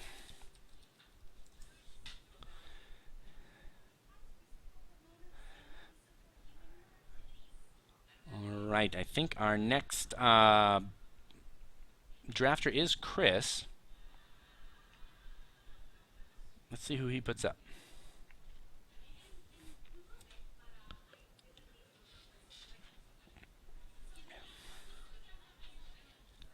Looks like Chris is typing. Puts up Mikey Dang for 1. Mikey Dang. Have I met Mikey? I don't know Mikey Dang. I gotta check the list again. See, there are so many new 2.0 players that I've got to work pretty hard to keep up. Mikey Dang, looks like they're bidding. Bidding's moving pretty quickly, so I'm gonna have to look quick. Bidding's still moving. Looks like Simoni right now is the top bidder. Trying to grab Mikey and get him on his team. Where are you, Mikey? I can't find you on the list. Where are you? Still haven't seen him. Looks like Ryan Jones, top bidder now. Steve Simoni has jumped in and outbid him. I'm still looking for the dossier. Let's see. Oops.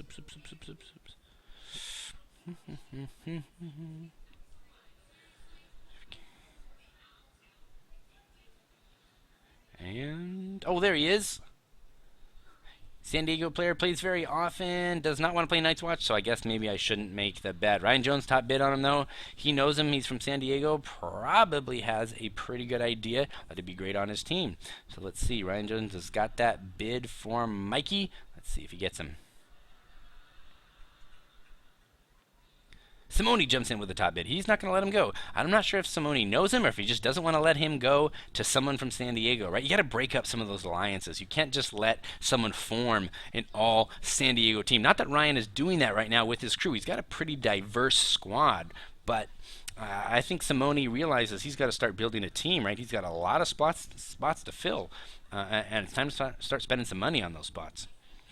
10 seconds to go. Simoni's still with that top bid. And we're closed. Looks like Simoni has got him.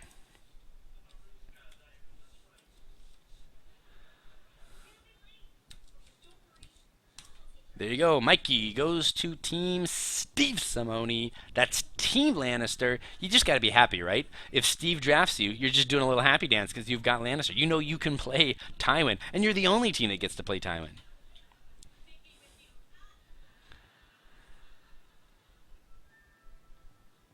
All right, looks like we have Kevin. Kevin's going to put up a bid here. He's got 4 spots remaining, so he's going to have to do a player. He's already got a faction. We know that. Let's see. He puts up Greg Sane. Greg is a LA player. Very good. He goes to Worlds. I'm not sure he was there last year, but he was there previously and did pretty well. He's also come out to Calicon in the old days. He's really been a mainstay in first edition and second edition. Let's see, the bids are coming in. The bids are flying. I think I might put in a little bid, see if I can get Greg. He knows how to play. He's good for wins. You know what I'm saying? Let's see if I can grab him for that much. Put in my bid. If Greg is the last player on my team, I'll be pretty stoked. I'll be pretty happy with that. Oh, it looks like I might just get him. Let's see. Oh, yeah, yep. If I get him, I will be done bidding. I will just get to sit back and watch and commentate, which will actually be just fine. Ooh, 5 seconds to go. 5 seconds to go. Greg, if we can add you to our squad, we'll be ready. And boy, I just got that at a bargain. A great bargain. All right, Greg, you are on the squad.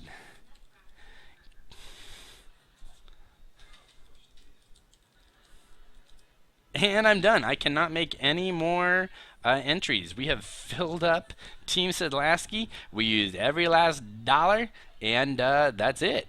It is done. All right, Johnny Wright puts up Philip Kelly. Philip Kelly. This is actually pretty good. It was kind of my plan to try and fill up pretty quick so that I could focus a little bit more on commentating. So let's see if we can get a little information on Philip Kelly. He's going right now. Simone's bidding on him. He knows he's got to fill up that squad. I mean, there's a lot of spots left. Johnny Wright has a lot of money to spend, too. Let's see if we can find him. And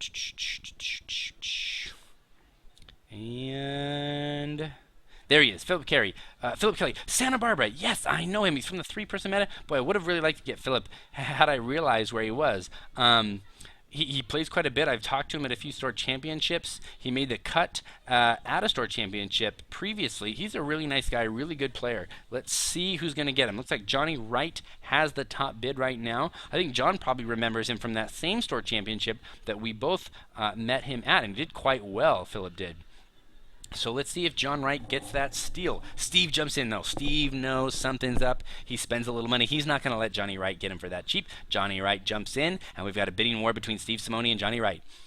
We've got a clash of titans here. They both want this guy. Philip Kelly, you try to stay under the radar, but it's too late. They know you, man. They've got you pegged. Let's see what they can do. Johnny Wright with the top bid right now. Let's see if Steve tries to snake him back. And we've got 15 seconds to go. 15 seconds to go. Steve Simone's thinking about it. He's thinking about it hard. You can tell he wants. Looks like he's typing. No, he's holding back. Holding back. And we got 5 seconds. 5 seconds. Alejandro jumps in. Alejandro out of nowhere. What's he doing in this bidding war? Suddenly, Steve's got to start looking around thinking, have I completely underestimated the quality of this player? Now, Alejandro's got that money to spend. So let's see if he's going to spend enough. Alejandro with the top bid. You can tell Johnny's thinking about it. You can tell Steve's thinking about it. Do they come in and try and snake him out? Nope. Steve looks like he's going to hang back. We've got 10 seconds to go. 10 seconds before it closes. And Philip drops right onto Team Night's Watch. Let's see. 5 seconds to go. Wait. Steve Simone's typing something. No! Steve is typing a snarky comment, not a bid, and it's closed. That means Philip Kelly heads over to Team Night's Watch. Well done, Alejandro. I think you got a really great player there in Philip Kelly.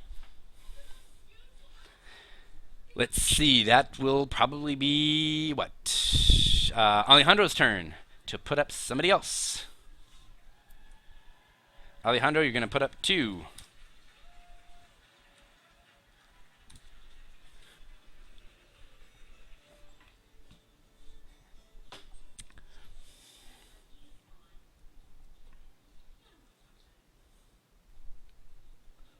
no, it's Steve Simone's pick. Just kidding.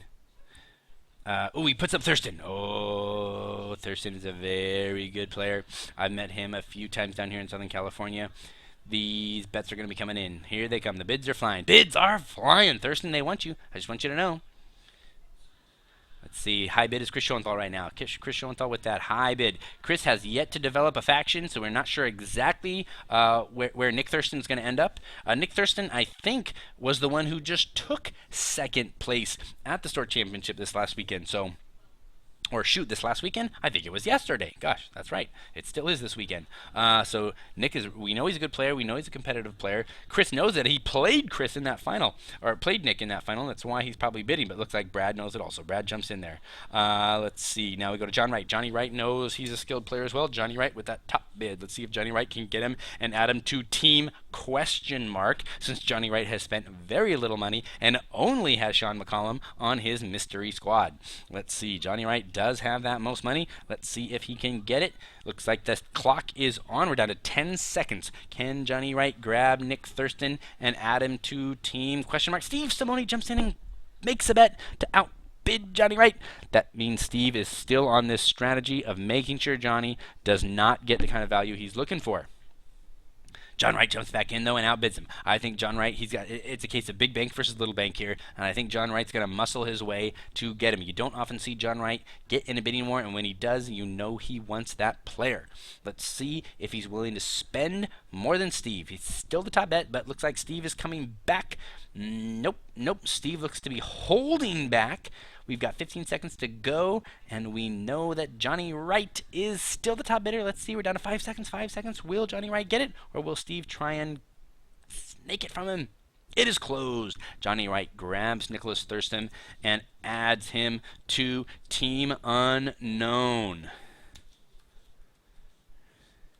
For the viewers out there, Nicholas Thurston hates House Martell. So, Johnny Wright, keep that in mind. I know you're probably going to draft House Martell anyways, but just thought you should know. Everyone hates Martell, or Tyrell, so don't give me any crap for picking Tyrell.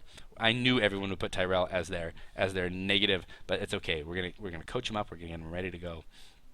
All right, Alejandro puts up Jason. I believe is that Jason Wentworth? Let me make sure. Unless there's another Jason. Yes, it is Jason Wentworth from the Bay Area. Really good player. Let's see. Oh, yeah, and the bids are reflecting it. Here we go. Jason, you are on the chopping block. I guess not the chopping block, the bidding block, we'll call it. And here they go. Steve Simone right now with the top bid. Steve wants him. He wants to get Jason on Team Lannister, and I'll bet you Jason probably wants to be on Team Lannister as well. Let's see, Simone, 20 seconds to go, still that top bid. Boy, you know, he went big and hard real fast, and I think he scared everybody else off. Let's see if he gets this guy on his team. Jason, get ready to do a happy dance. No, Brad Norman jumps in with an $11 bet with 20 seconds to go. 5 seconds. No, hold on, SoCal. I don't know if you saw the Brad Norman bet. Probably not. So Brad Norman got that bet in there, and looks like the clock's going to reset. Yes, we're waiting now. Brad with the top bet. Going for Jason Wentworth. He knows him well. They're both from the SF Bay Area. But you know what? So is Steve Simone now. Maybe he's gotten out there and surveyed the competition a little bit and done a little bit of research before this draft. Let's see. 5 seconds to go. No, I'm sorry. 10 seconds. 10 seconds. Brad Norman still that number 1 pick. Let's see if he gets him. And 5 seconds. It's closed. Brad Norman goes ahead and adds Jason Wentworth to his squad. Jason did not put Greyjoy on his kind of top team, but he also didn't put them on a team he wants to avoid. So maybe Brad sees an opportunity just to add a really skilled player to his squad.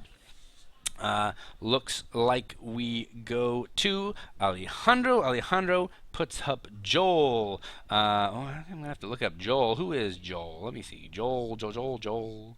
I know you, Joel. Do I know you, Joel? I'm not sure if I know you. Boy, there are a lot of players left to get on this board. Let's see. Well, Steve Simone has that high pick right now, that high bid. Joel, I'm looking for you, Joel. Do I know you, Joel? Have we met, Joel? Are we best friends? I don't know. Who are you, Joel? The Enigma. The mystery. Oh, Joel Rodriguez from the Bay Area.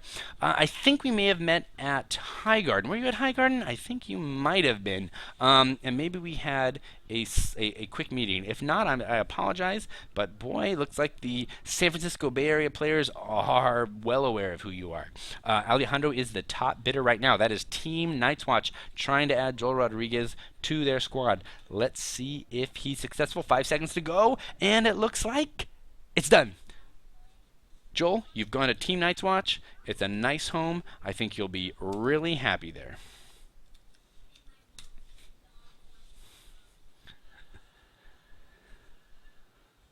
There we go. All right, I think that means it's another pick for Alejandro. Let's see who he goes for.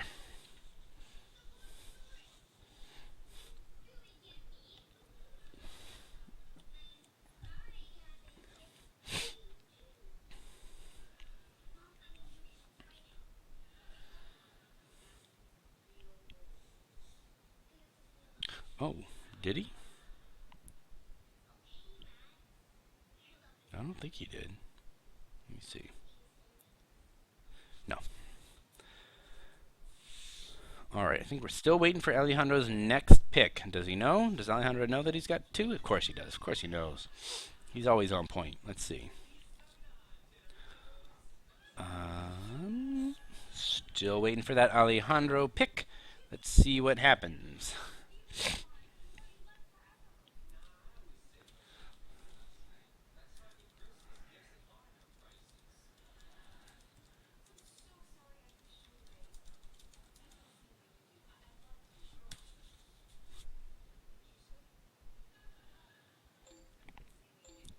Okay, here we go. Looks like we are going. Okay,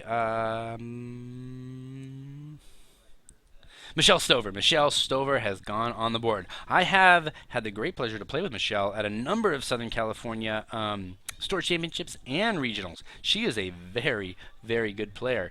She might not be that well known outside of SoCal. I'm not sure she travels much outside of SoCal, but the SoCal players know her, and they are bidding just along those lines, as you would expect. Would have been great to have Michelle on Team Tyrell.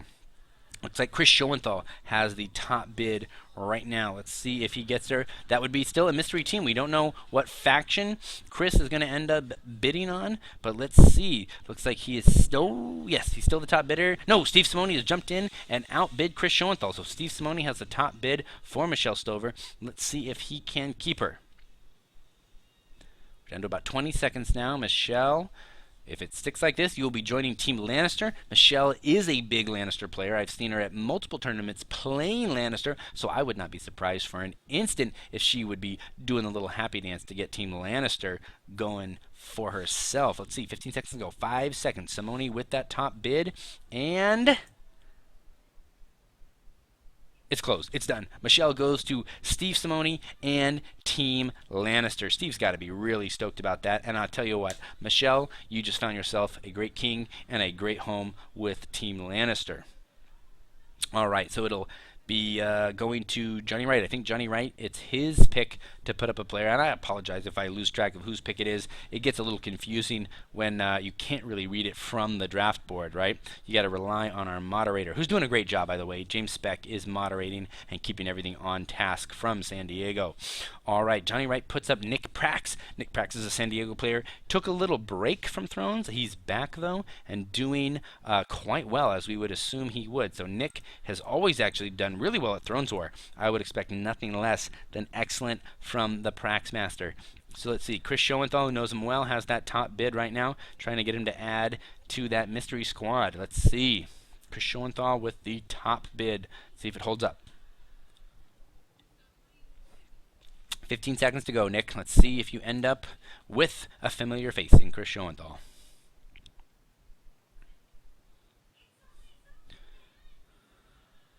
5 seconds to go. It's done. Oh, no, Ryan Jones jumps in with less than a second because that closed message came in moments after. But Ryan Jones gets that bid in first. Ryan Jones with the top bid.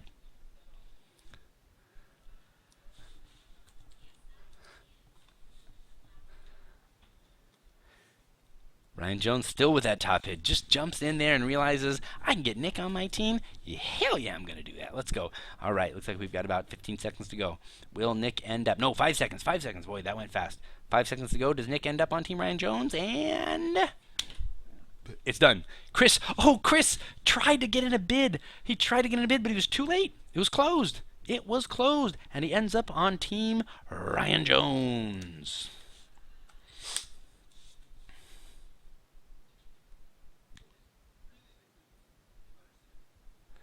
All right, so that should be Kevin with the next pick. He puts up Neil Kimball. Neil Kimball has done really well. Neil, the real deal. He's done really well at Worlds in the past. He's got a lot of top finishes. I think this bidding's going to go through the roof. People with big banks are going to start spending them right now. Mark my words. All right, Johnny Wright with that top bet right now. And Johnny Wright, as you know, has only drafted 2 players. He's sitting pretty. John Wright with the money to spend. Chris Schoenthal jumps in there. Chris has got some space too. So Chris has jumped in there with the top bet. Let's see if Chris can get Neil, the real deal, Kimball on his team. Chris still with that top bet. Moderator's probably going to come in here and say 15 seconds any moment. Let's see if he holds on.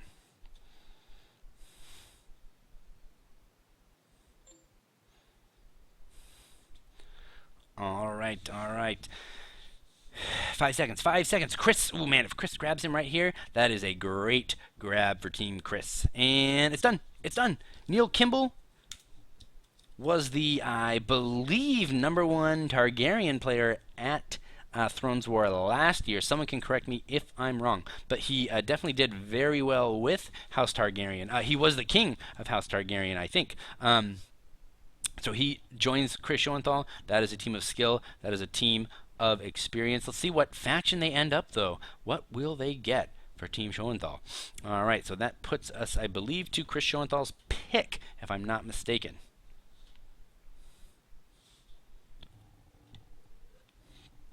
Let's see what Chris is going to put up. Looks like he's typing. He puts up Alex Black. Alex Black is from the Seattle area. I met him at Worlds this last year. He did very well also. So I imagine Alex is going to be sought after, hunted after, desired by these people. Let's see.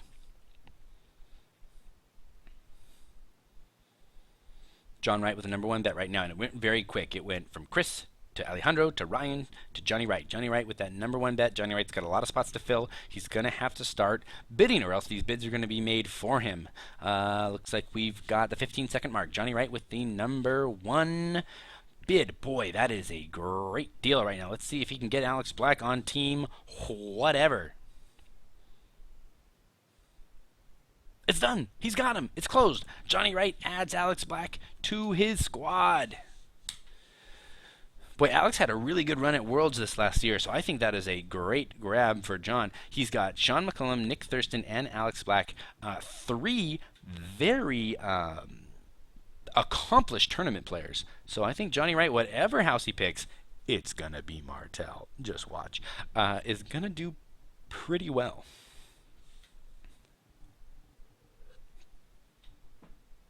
All right, that makes it Ryan's pick. Let's see who Ryan throws up on the board. Maybe we'll get another faction here. We still have 3 to go. I'm kind of worried that they're all avoiding factions now and are just kind of letting what come, right? We've got, who do we have left? We have Stark. We have Targaryen. And what am I missing? Martell, of course. All right, here comes Ryan Jones's pick. He puts up a dummy. He puts up dummy #3. Let's see how much people are willing to spend for a dummy at this late stage of the game. Looks like Steve Simone quickly jumps in there for a dummy grab. Chris Schoenthal grabs one too, and then Alejandro. I don't think I like Steve's grab of a dummy. I think just about anyone can get 4 or more wins with Team Lannister. Let's see. Johnny Wright jumps in for a dummy. Let's see if he gets one. Johnny Wright with the #1 pick right now, with the #1 bid. Does Johnny Wright get dummy #3? Remember, we've got 5 dummies total, so this is 1 of 3 more to go to fill in these remaining slots. 20 seconds. John Wright is on the clock to get that dummy. 5 seconds to go. Looks like John Wright might just have dummy #3. And is close. Johnny Wright's got him. Now, depending on what house he gets, that dummy might be just what he needs, right? Those 3 wins might be just what he needs to put him at that total necessary to put him at the top of the leaderboard. Let's see who's next. That'll be Brad. Brad's going to have 2 picks here, fast and furious. Let's see what happens. Brad's going to have to put up a player. He's already got Team Greyjoy assigned. He puts up Colby Cram. Colby Cram is a Sacramento player, always makes the trip to Worlds, and always is competitive there as well. So let's see how Colby does. Brad Norman put up that pick of Colby. He knows him well. Steve Simoni jumps in as well. Oh, if Colby got Team Lannister, I'm sure he'd be happy. Steve Simoni with that #1 bid right now. Let's see if it holds. Nope, Alejandro jumps in and grabs it from him. Steve Simoni comes right back. We've got a bidding war between Alejandro and Simoni. Brad Norman now jumps in, trying to fill in those last 3 spots. And I guess since he made the initial bid, he would love to get him in there. Simoni's coming back, though. Does he have a bid? He's definitely typing something. Yes, he comes back. Steve Simoni outbids Brad Norman. He's now in the lead once again. Will he maintain his lead? Looks like we're down to about 20 seconds. Steve Simoni's still the #1 bid. Is anyone going to try and sneak him from him? Colby Cram would be a great addition to Team Lannister.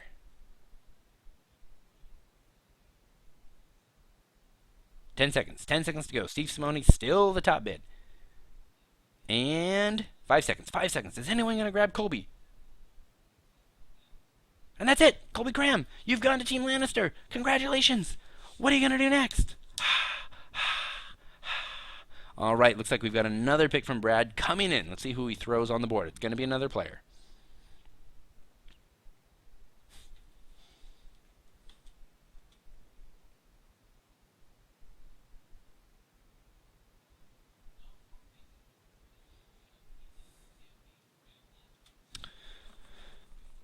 Still waiting on that pick, Brad Norman. Let's hear that pick.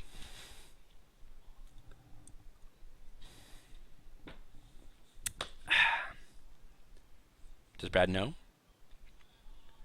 Oh, we're taking a little break. Quick break. Break for piss. I think I'll do it too. That's what you get when you drink beer on the stream. That's alright. I'll be right back. Everyone else is doing it too.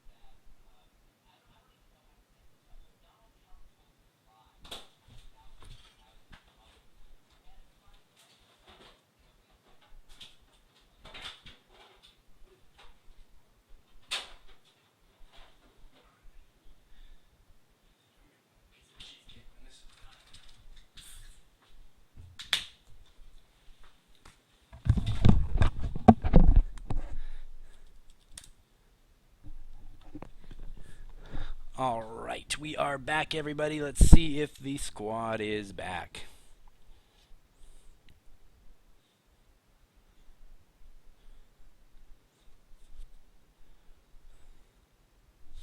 I think we're ready to go. Oh.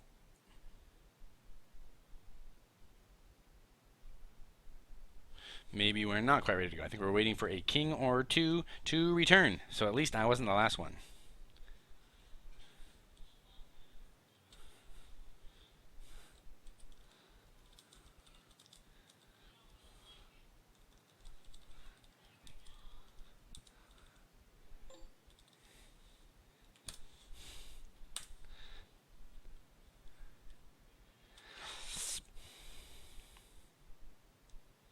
Okay, looks like Brad is putting in his pick.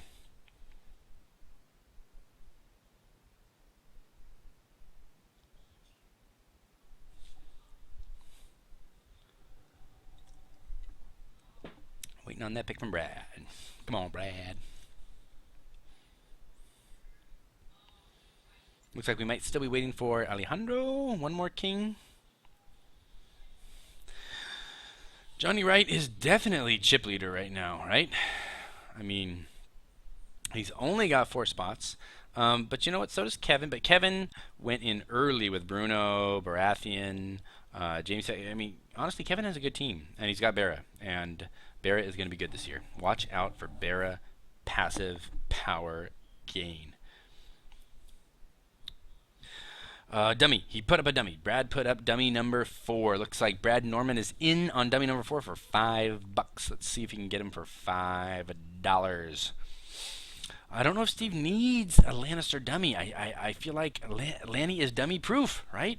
Am I wrong, chat group? What do you think? Brad Norman still with the number 1 grab on a dummy for $5.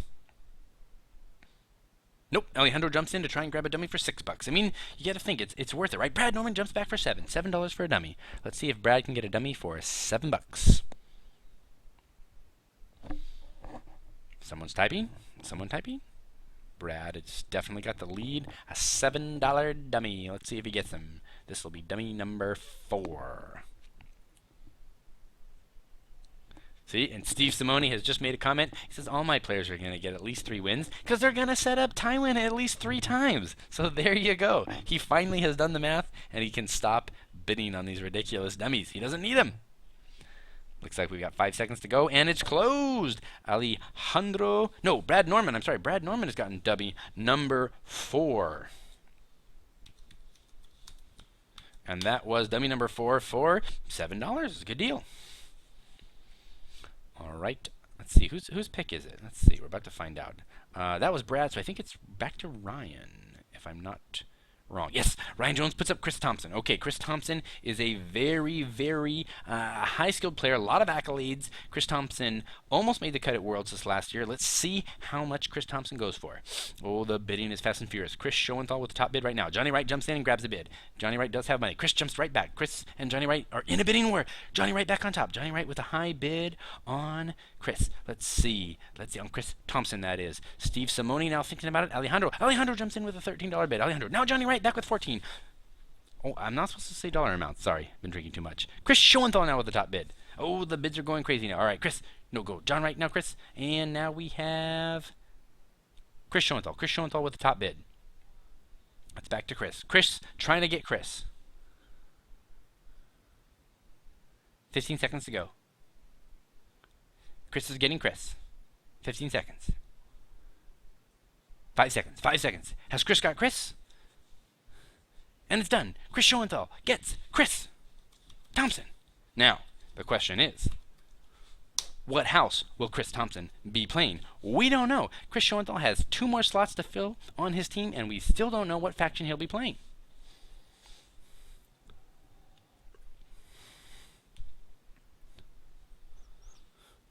All right, I think that puts up Chris for the next draft pick.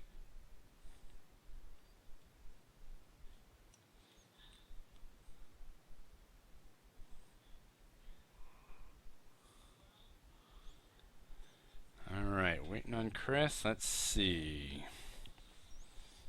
Chris Thompson's a great grab, though. He loves Team Lannister, but Lannister's gone.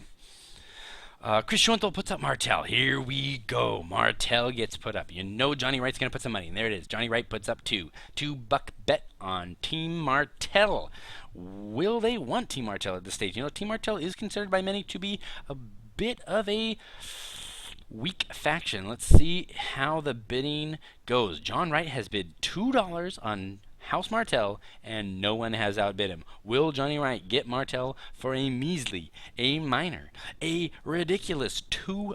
It's quite possible. Remember, he went all the way up to $14 on Tyrell. So clearly this is one that's not his first choice. And it's done! It's done! Johnny Wright gets Team Martell for $2. Bargain. The absolute bargain of the century. Now, the question is,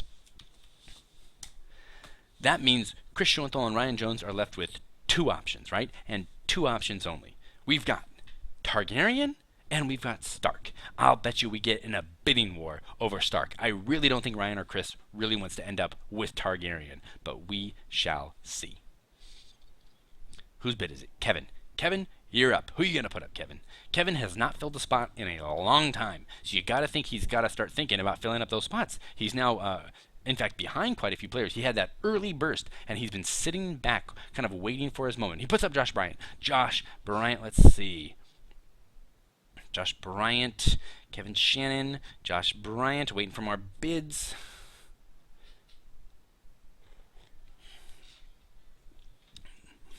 Well, I mean, Steve Simone. Steve Simone went in quick, and Steve Simone's not going to let Kevin have him for that price. And there goes Chris Schoenthal. See, it took a minute, but if people started to realize, what am I doing? I've got money to spend. Gotta spend it. Steve Simone comes right back and grabs it from Chris Schoenthal. Steve Simone with a top bid. He wants to get Josh for sure. Let's see. Still Steve with the top bid. Boy, Josh would love that Lannister. I'm telling you, Steve is just making people's day. He spent a lot of money up front on Lannister, but now every player he adds is just doing that happy dance. They're having a great time. Alejandro jumps in, and he wants Josh on Team Night's Watch. Forgive me if I'm wrong, but I had Josh last year on Team Night's Watch, and he did quite well with them. Let's see if Alejandro knows that little bit of information. I bet you he doesn't. But shoot, it's Night's Watch. They're good now. Alejandro with that high bid. I don't think anyone's going to beat him. 10 seconds to go. Did Alejandro just doom or save Josh and give him a second year of Team Night's Watch? And it's closed. It's done. Alejandro asks Josh Bryant to Team Night's Watch. Oh, this is getting fun, everybody. We're not down to that many slots. Very few slots remain. Who's going to get him? Where are they going to go? It is Johnny Wright's turn to put up a player. Johnny Wright has a lot of space to fill. He and Kevin have the most open slots, a 4 spot. John Wright's typing. Johnny Wright puts up Jessica Thompson, wife of Chris Thompson. Will Chris Schoenthal try and put the husband and wife together? He does. Chris Schoenthal jumps out with a bet. Johnny Wright jumps back with a bet. Johnny Wright trying to break up this husband and wife team. Chris Schoenthal goes back for 4. Johnny Wright bits. Steve Simone jumps in. He's not going to let Jessica and Chris play together. Chris Schoenthal jumps back in there with a bet. Chris is trying to put the Thompsons together. He knows if he's got them together, he's got the team. He's got the unbreakable vow. He's got them working together at full capacity. He's got that mini Indianapolis playtesting group on lock. Let's see. Johnny Wright jumps back in there and outbids him, though. Johnny Wright trying hard to break up that Thompson conglomerate. Let's see if he can do it. Johnny Wright with the high bet. Here comes the countdown. We're down to 15 seconds. Let's see if Johnny Wright can get him.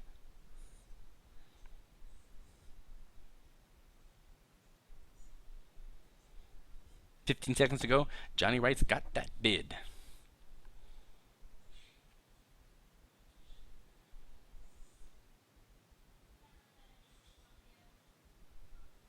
And it's close. Oh, it's close. Chris Schoenthal tried to jump in there with a bet at the last second, but it's too late. Now, it seems I may have missed something. Did Chris Thompson go to the wrong team? Did I call off the wrong team?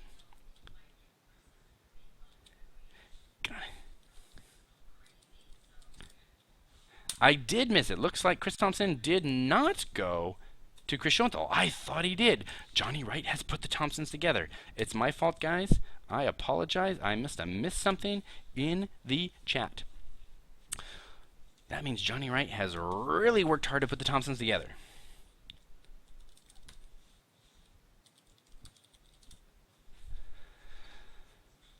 All right.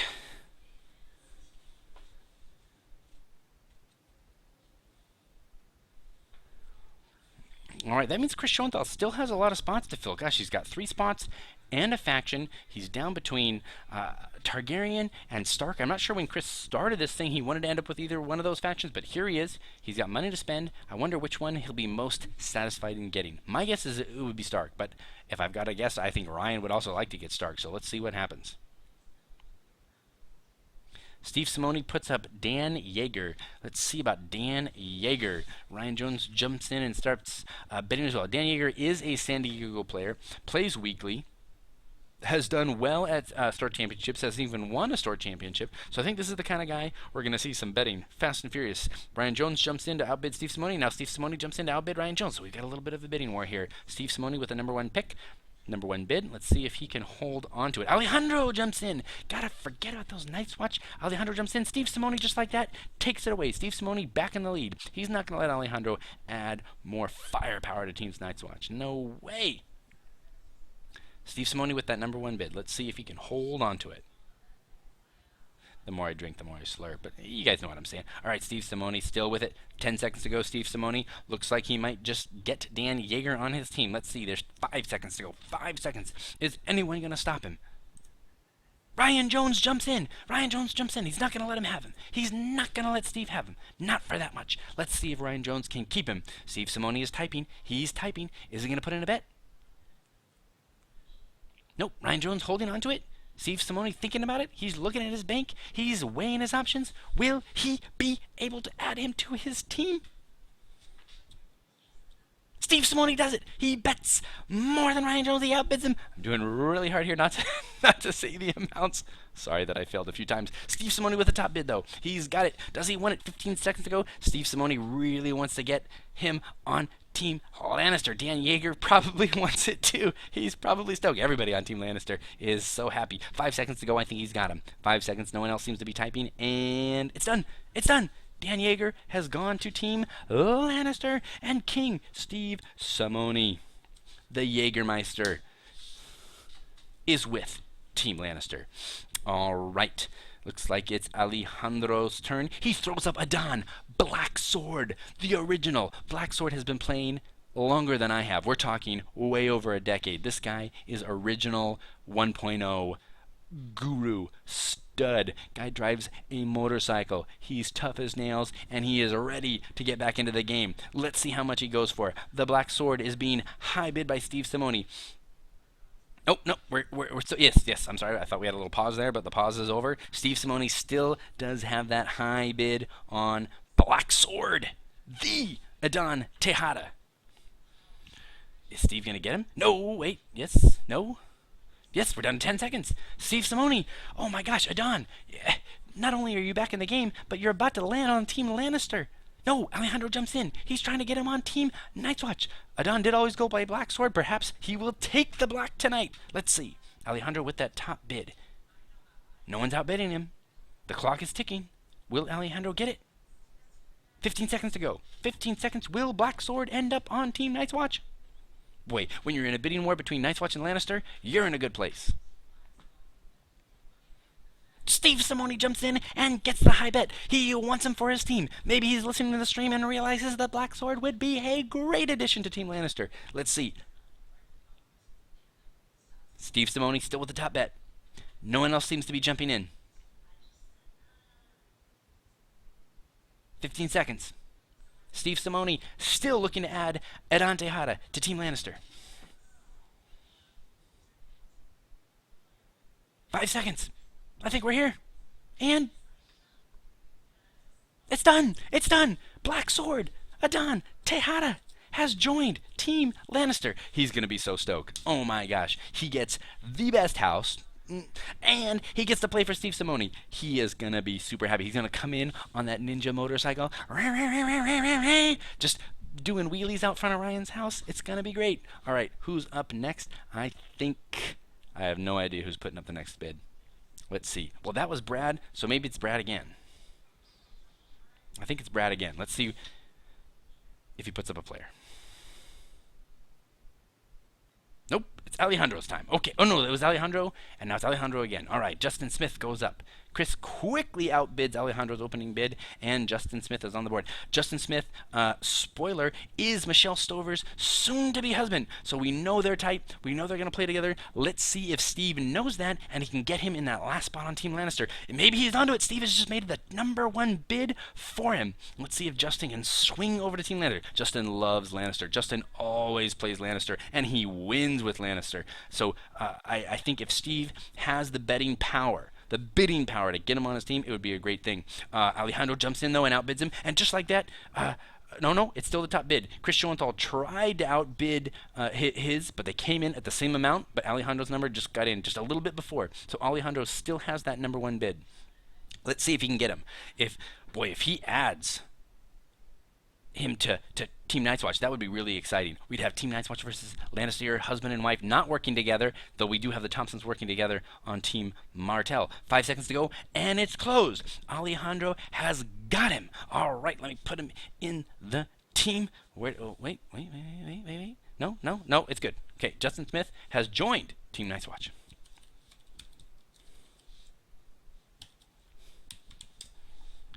All right, should be back to Steve. Oop. This could be Steve's last bid if he gets him in there. He only has 1 spot to fill. Boy, it's tricky working on 2 computers.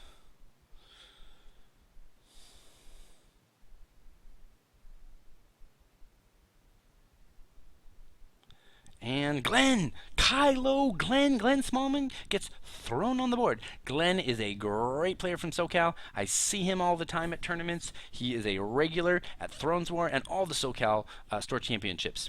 Really, really nice guy. Kylo Glenn, he goes by on the boards and such. Let's see. Steve, is he going to get him? Is Glenn just going to fall right to Team Lannister right here? Let's see. We've got 15 seconds on the board. 5 seconds on the board. And it's done. It's done. Steve's got him. Steve's team is complete. He is the second team to complete his squad. And Glenn Smallman. I didn't know Glenn's last name was Smallman. I always called him Kylo Glenn. All right. Let me tell you what. There are no small men. There are just guys named Glenn.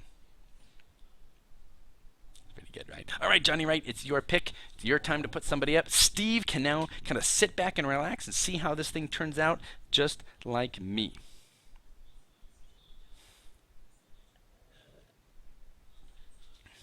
And here's a little insight for those watching at home and can't see the money. Steve did finish up with money left. Now, you can't really anticipate how much players are going to go for as you put them up. Sometimes you get them for very cheap and you didn't even intend to get them at that price. So Steve ends up with money left over at the end. So whether that was ideal or not, we'll see how Team Lannister ultimately finishes up. But I think he's got a pretty good squad. All right, here we go. Johnny Wright has just put his pick up. It's Matthew Woodward for an opening bid, and Alejandro jumps in and quickly outbids him. So it looks like this guy, Matthew, is going to be sought after. There's not many spots left to fill. People are really going to fight for whoever is remaining. Alejandro's still that #1 bid. Let's see if anyone else is going to jump in there. Matthew's from LA, plays pretty often, has won a few championships, including one at Blackstone Owl. So we've got a winner right here. Let's see. And Johnny Wright jumps in, and he's going to try and add him to his squad. He's only got 2 spots left. Johnny Wright really went hard for those late picks. Johnny Wright with that top pick for him. Let's see if Matthew Woodward ends up with Team Martell. Boy, we still have 2 factions left. Who is going to get a faction basically for the lowest possible bid? Because whether Ryan and Chris, when they start bidding on that faction, whoever doesn't get it, it's done. All right, we've only got 5 seconds left, and it looks like Johnny Wright has just added Matthew Woodward. Yes, to Team Martell. All right, Matthew, you're going in. Congratulations. You know, Johnny Wright is a great king to have. Let me stretch that a little bit. Bam. All right, Kevin Shannon has thrown up Eric Fletcher, but hold on. Looks like we're having a little pause. Ryan Jones has called a pause to the proceedings. Something may be happening technologically speaking. Nope, looks like the timer's back on. I think it was a timer issue. Looks like we are good to go. Alejandro has jumped in there and outbid Kevin. He now is the top bidder for Eric Fletcher. All right, Eric Fletcher, do I know you? I feel like I know you. Let's see where you're from, Eric Fletcher. Gosh, there's so many. Used to be Thrones War was this tiny little tournament with, 30 people, and I knew every single person. But now, gosh, they're flying in from all over the country. Let's see. Eric Fletcher, where are you? Ryan Jones just outbid Alejandro, though, so they know some things I don't. But good thing my team's already filled, so my lack of knowledge isn't going to hurt me right now. And there he is. He's a San Diego player, plays every week. He has won a couple league events down there in San Diego. So it looks like a really quality player. And looks like Ryan Jones just got him. So he just adds Eric Fletcher to his squad. What house is it? We don't know. It's going to be Targ or it's going to be Stark. We'll see. Basically, I think this is going to come down to whether or not Ryan or Chris has the money to bid for Stark. Because honestly, I don't think either one of them wants to end up with Targaryen. Maybe they do. Maybe I'm wrong. Neil Kimball is a Targaryen player at heart. So if he ends up on Chris's squad, he's probably going to be pretty happy with a Targaryen faction. But I got to think the others on that squad won't be too psyched about that. I don't know. I'm just not a big fan of Targaryen right now. I think Stark is the faction to own between Ryan and Chris. And I think we're going to see a bidding war for House Stark coming up quickly. They've both got to watch their banks, though, right? Because Ryan only has 2 spots left to fill, so he can afford to basically spend it all on House Stark, saving, just the $1 it'll take for that last slot. Chris has, because he has less spots to fill, though, a little bit more money to spend, so maybe he's got the money. All right, Edward Kim has just been put on the block by Chris Schoenthal. Alejandro quickly jumps in and outbids him, and now Ryan Jones jumps in and outbids Alejandro. So Ryan Jones is the top bidder for Edward Kim right now. It's looking like Ryan Jones doesn't care what house he gets. Looks like he's trying to spend the rest of his money on players and just take whatever house falls to him. Now that was my strategy last year, and it worked out pretty well. We got second. Well, we were 1 win away from winning the entire team championship, so it was close. Let's see. Ryan Jones looks like he's going to get him, and it's done. Edward Kim goes to Ryan Jones. Ryan Jones has nothing left but a faction.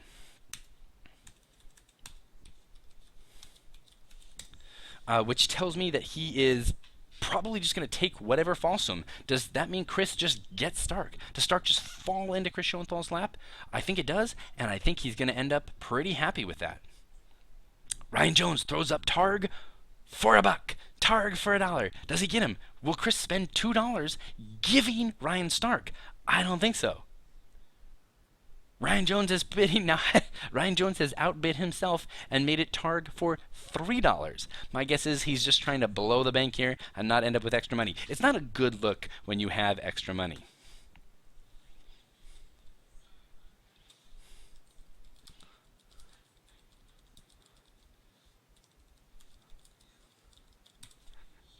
And 15 seconds to go. Looks like Ryan Jones has just got.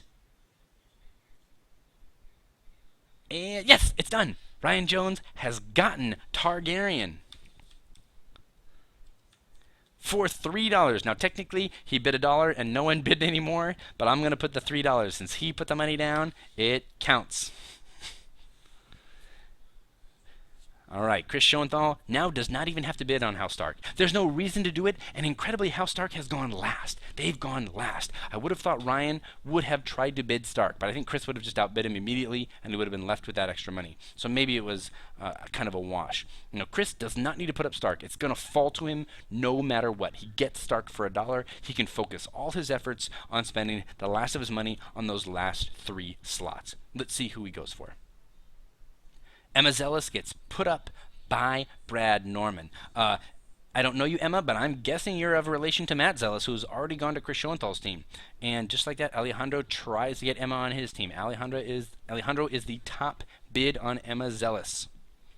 Sorry, Brad. Looks like you're not going to get her.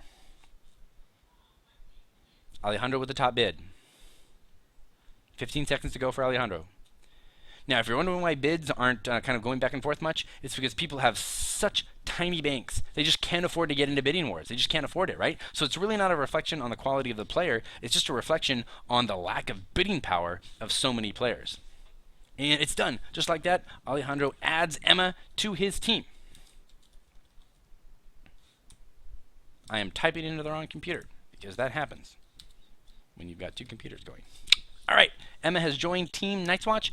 Alejandro has one slot left to fill, and Brad Norman has put up his second guy. It's Gershom Chavez. Now, Gershom has won a store championship. Gershom is a pretty skilled player down here in the LA area. Let's see if Brad Norman can get Gershom on his squad. I think he'd be pretty stoked to get Gershom with his Greyjoy team. And we got 15 seconds to go. But, I mean, Gershom's a winner. I think people are sleeping on him a little bit. There's a lot of spots to fill, and people are going to end up getting just whatever's left instead of going after this guy. And look, 5 seconds to go, and Brad's got him. Brad's got Gershom. What a great grab. Boy, quality. I wonder how many people really know that, because Gershom's a pretty quiet guy. He's played and done really well in tournaments in LA. He probably hasn't traveled to San Diego yet. I wonder if they all knew just how good that pick was. Brad, you've got a great player there. All right, we'll skip Ryan. His team is complete, and we'll be going right to Chris Schoenthal's pick, I believe, if I've been keeping track of things here. Let's see.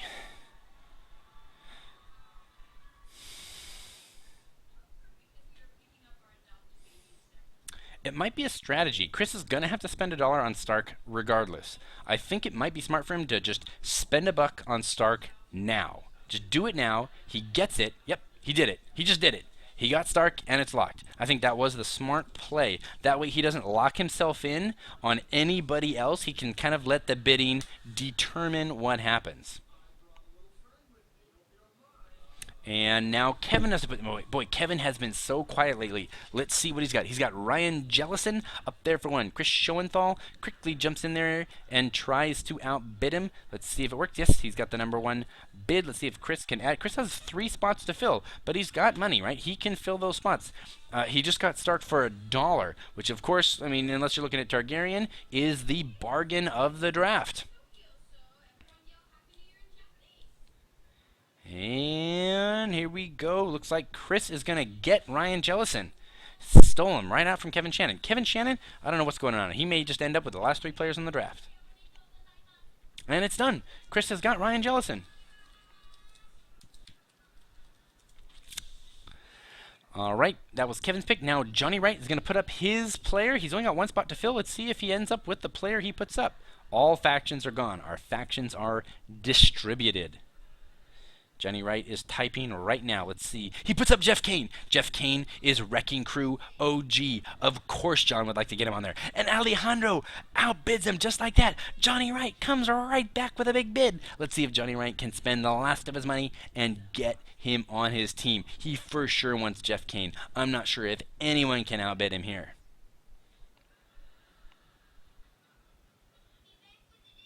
$15 seconds to go.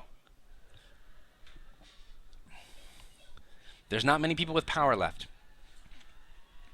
5 seconds. Looks like Johnny Wright's going to fill out his team with...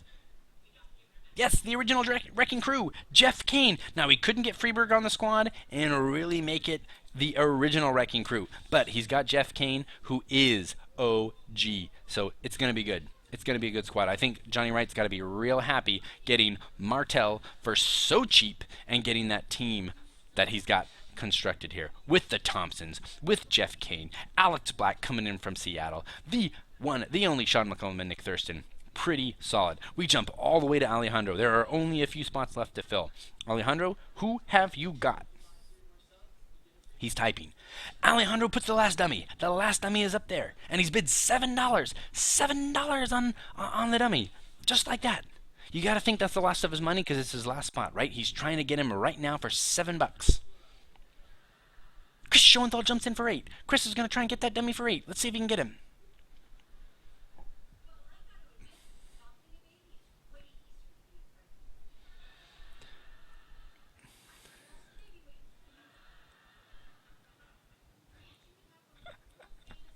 Steve Simone is waxing poetic in the chat because he's got nothing left to bid on. Let's see. I'm pretty sure it's going to fall to Chris Schoenthal here for $8. That will be our last dummy.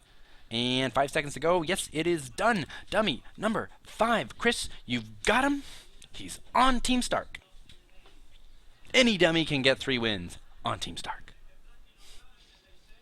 And this dummy will. All right, I think we swoop. No, Alejandro has another pick. Since he is at the end of the snake, he's going to have to throw another name up on the list. Let's see. He didn't get that dummy for 7 like he wanted. So let's see who else he puts up.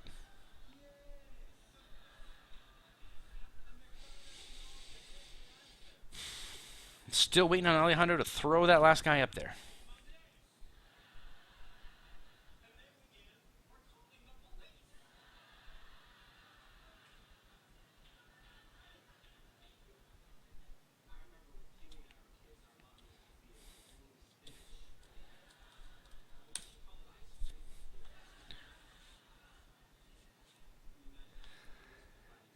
Adley puts up Matt Barnes. Matt Barnes is a Thrones War regular. Alejandro jumps out with a pretty big pick on Matt Barnes. He throws the rest of his bank at it, because why not, right?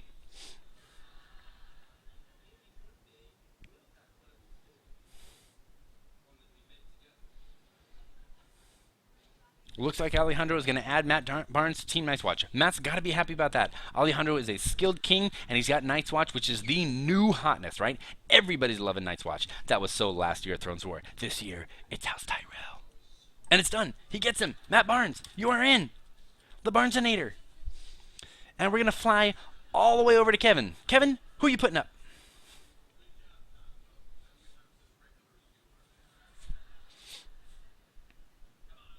Kevin Shannon throws up Matt Jenkins. Matt Jenkins of SoCal fame. He is a San Diego super regular. And he loves Tom Brady. Brad Norman jumps in and outbids Kevin Shannon. Brad Norman trying to fill that final spot on his squad. Let's see if he can get Matt Jenkins.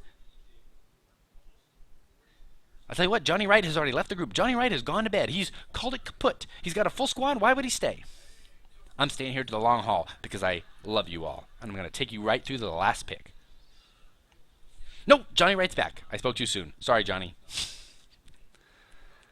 5 seconds to go. I think Brad Norman's going to grab him. Yes, he does. Matt Jenkins joins Team Greyjoy. And I tell you what, Matt has played a lot of Greyjoy. Matt has found success with Greyjoy. That is a great late draft pick. I think Matt will be really happy to be with Team Greyjoy. He's a big Raider fan, so he likes those long ships.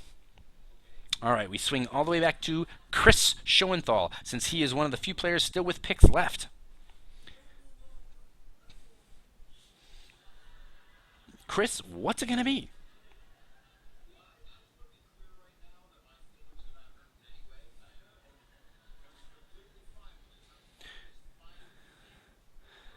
Chris goes for Michael Hance. Boy, Michael Hance. Do I know that character? That player. Boy, it's been a long day, and I've been speaking a lot. Is that Michael Hance, or is that Michael Schatz? No, it's got to be Michael Hance. I'm not sure. Yeah, no, Michael Hance. I don't think I've met Michael Hance. I think he's gonna get him though. Chris, have you got him? I don't think anyone really has the power at this late stage to outbid him, so he may have just stolen him.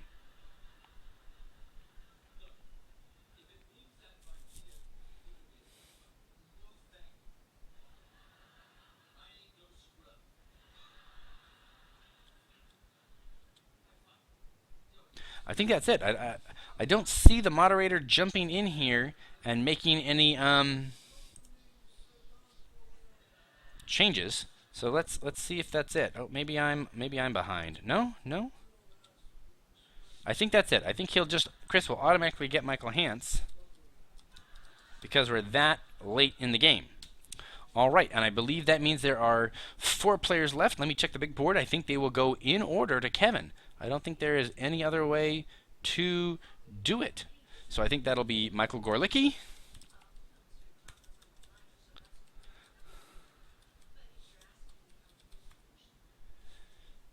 That will be Margot Franks. That will be Philip Sexton. And by the way,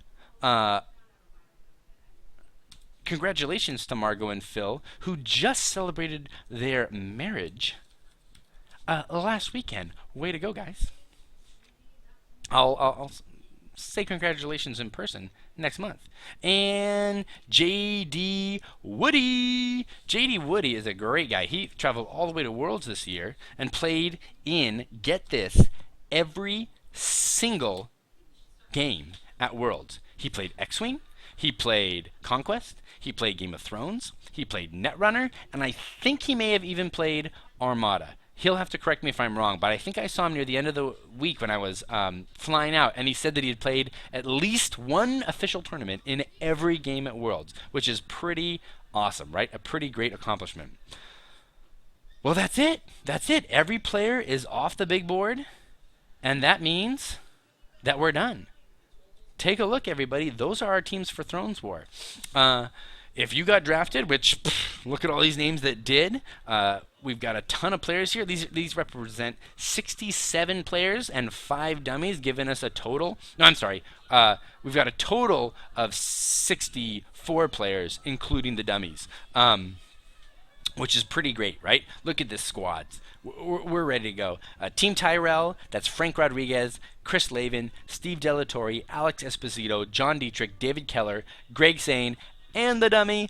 I'm going to be getting into contact with you guys really soon. If you didn't provide your email on the player dossier, please send me a message on Facebook, and I'll get you into our group right away. We're going to start playtesting. We're going to start looking for deck ideas.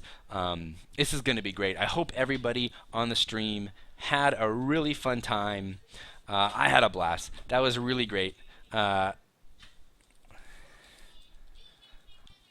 cannot wait to go to Thrones War and see everybody there. It's going to be so much fun. If you're feeling a little bad about House Tyrell, trust me, I've got some great ideas. Start putting your head onto Tyrell. Tyrell is good, and they have lots of great banner options, and I think that's ultimately why I went for them at 15 bucks. It's that nice middle range. I really don't think I overpaid. We'll see. Johnny Wright might say I did by $1, but he was willing to pay 14, and he got his second choice clearly in Martell. He got it for $2 though, which is pretty great. Chris Thompson, I'm sorry that you have to play Martell, but them's the breaks, buddy. All right, guys, this has been fun. I'm gonna call it a night. You have been awesome.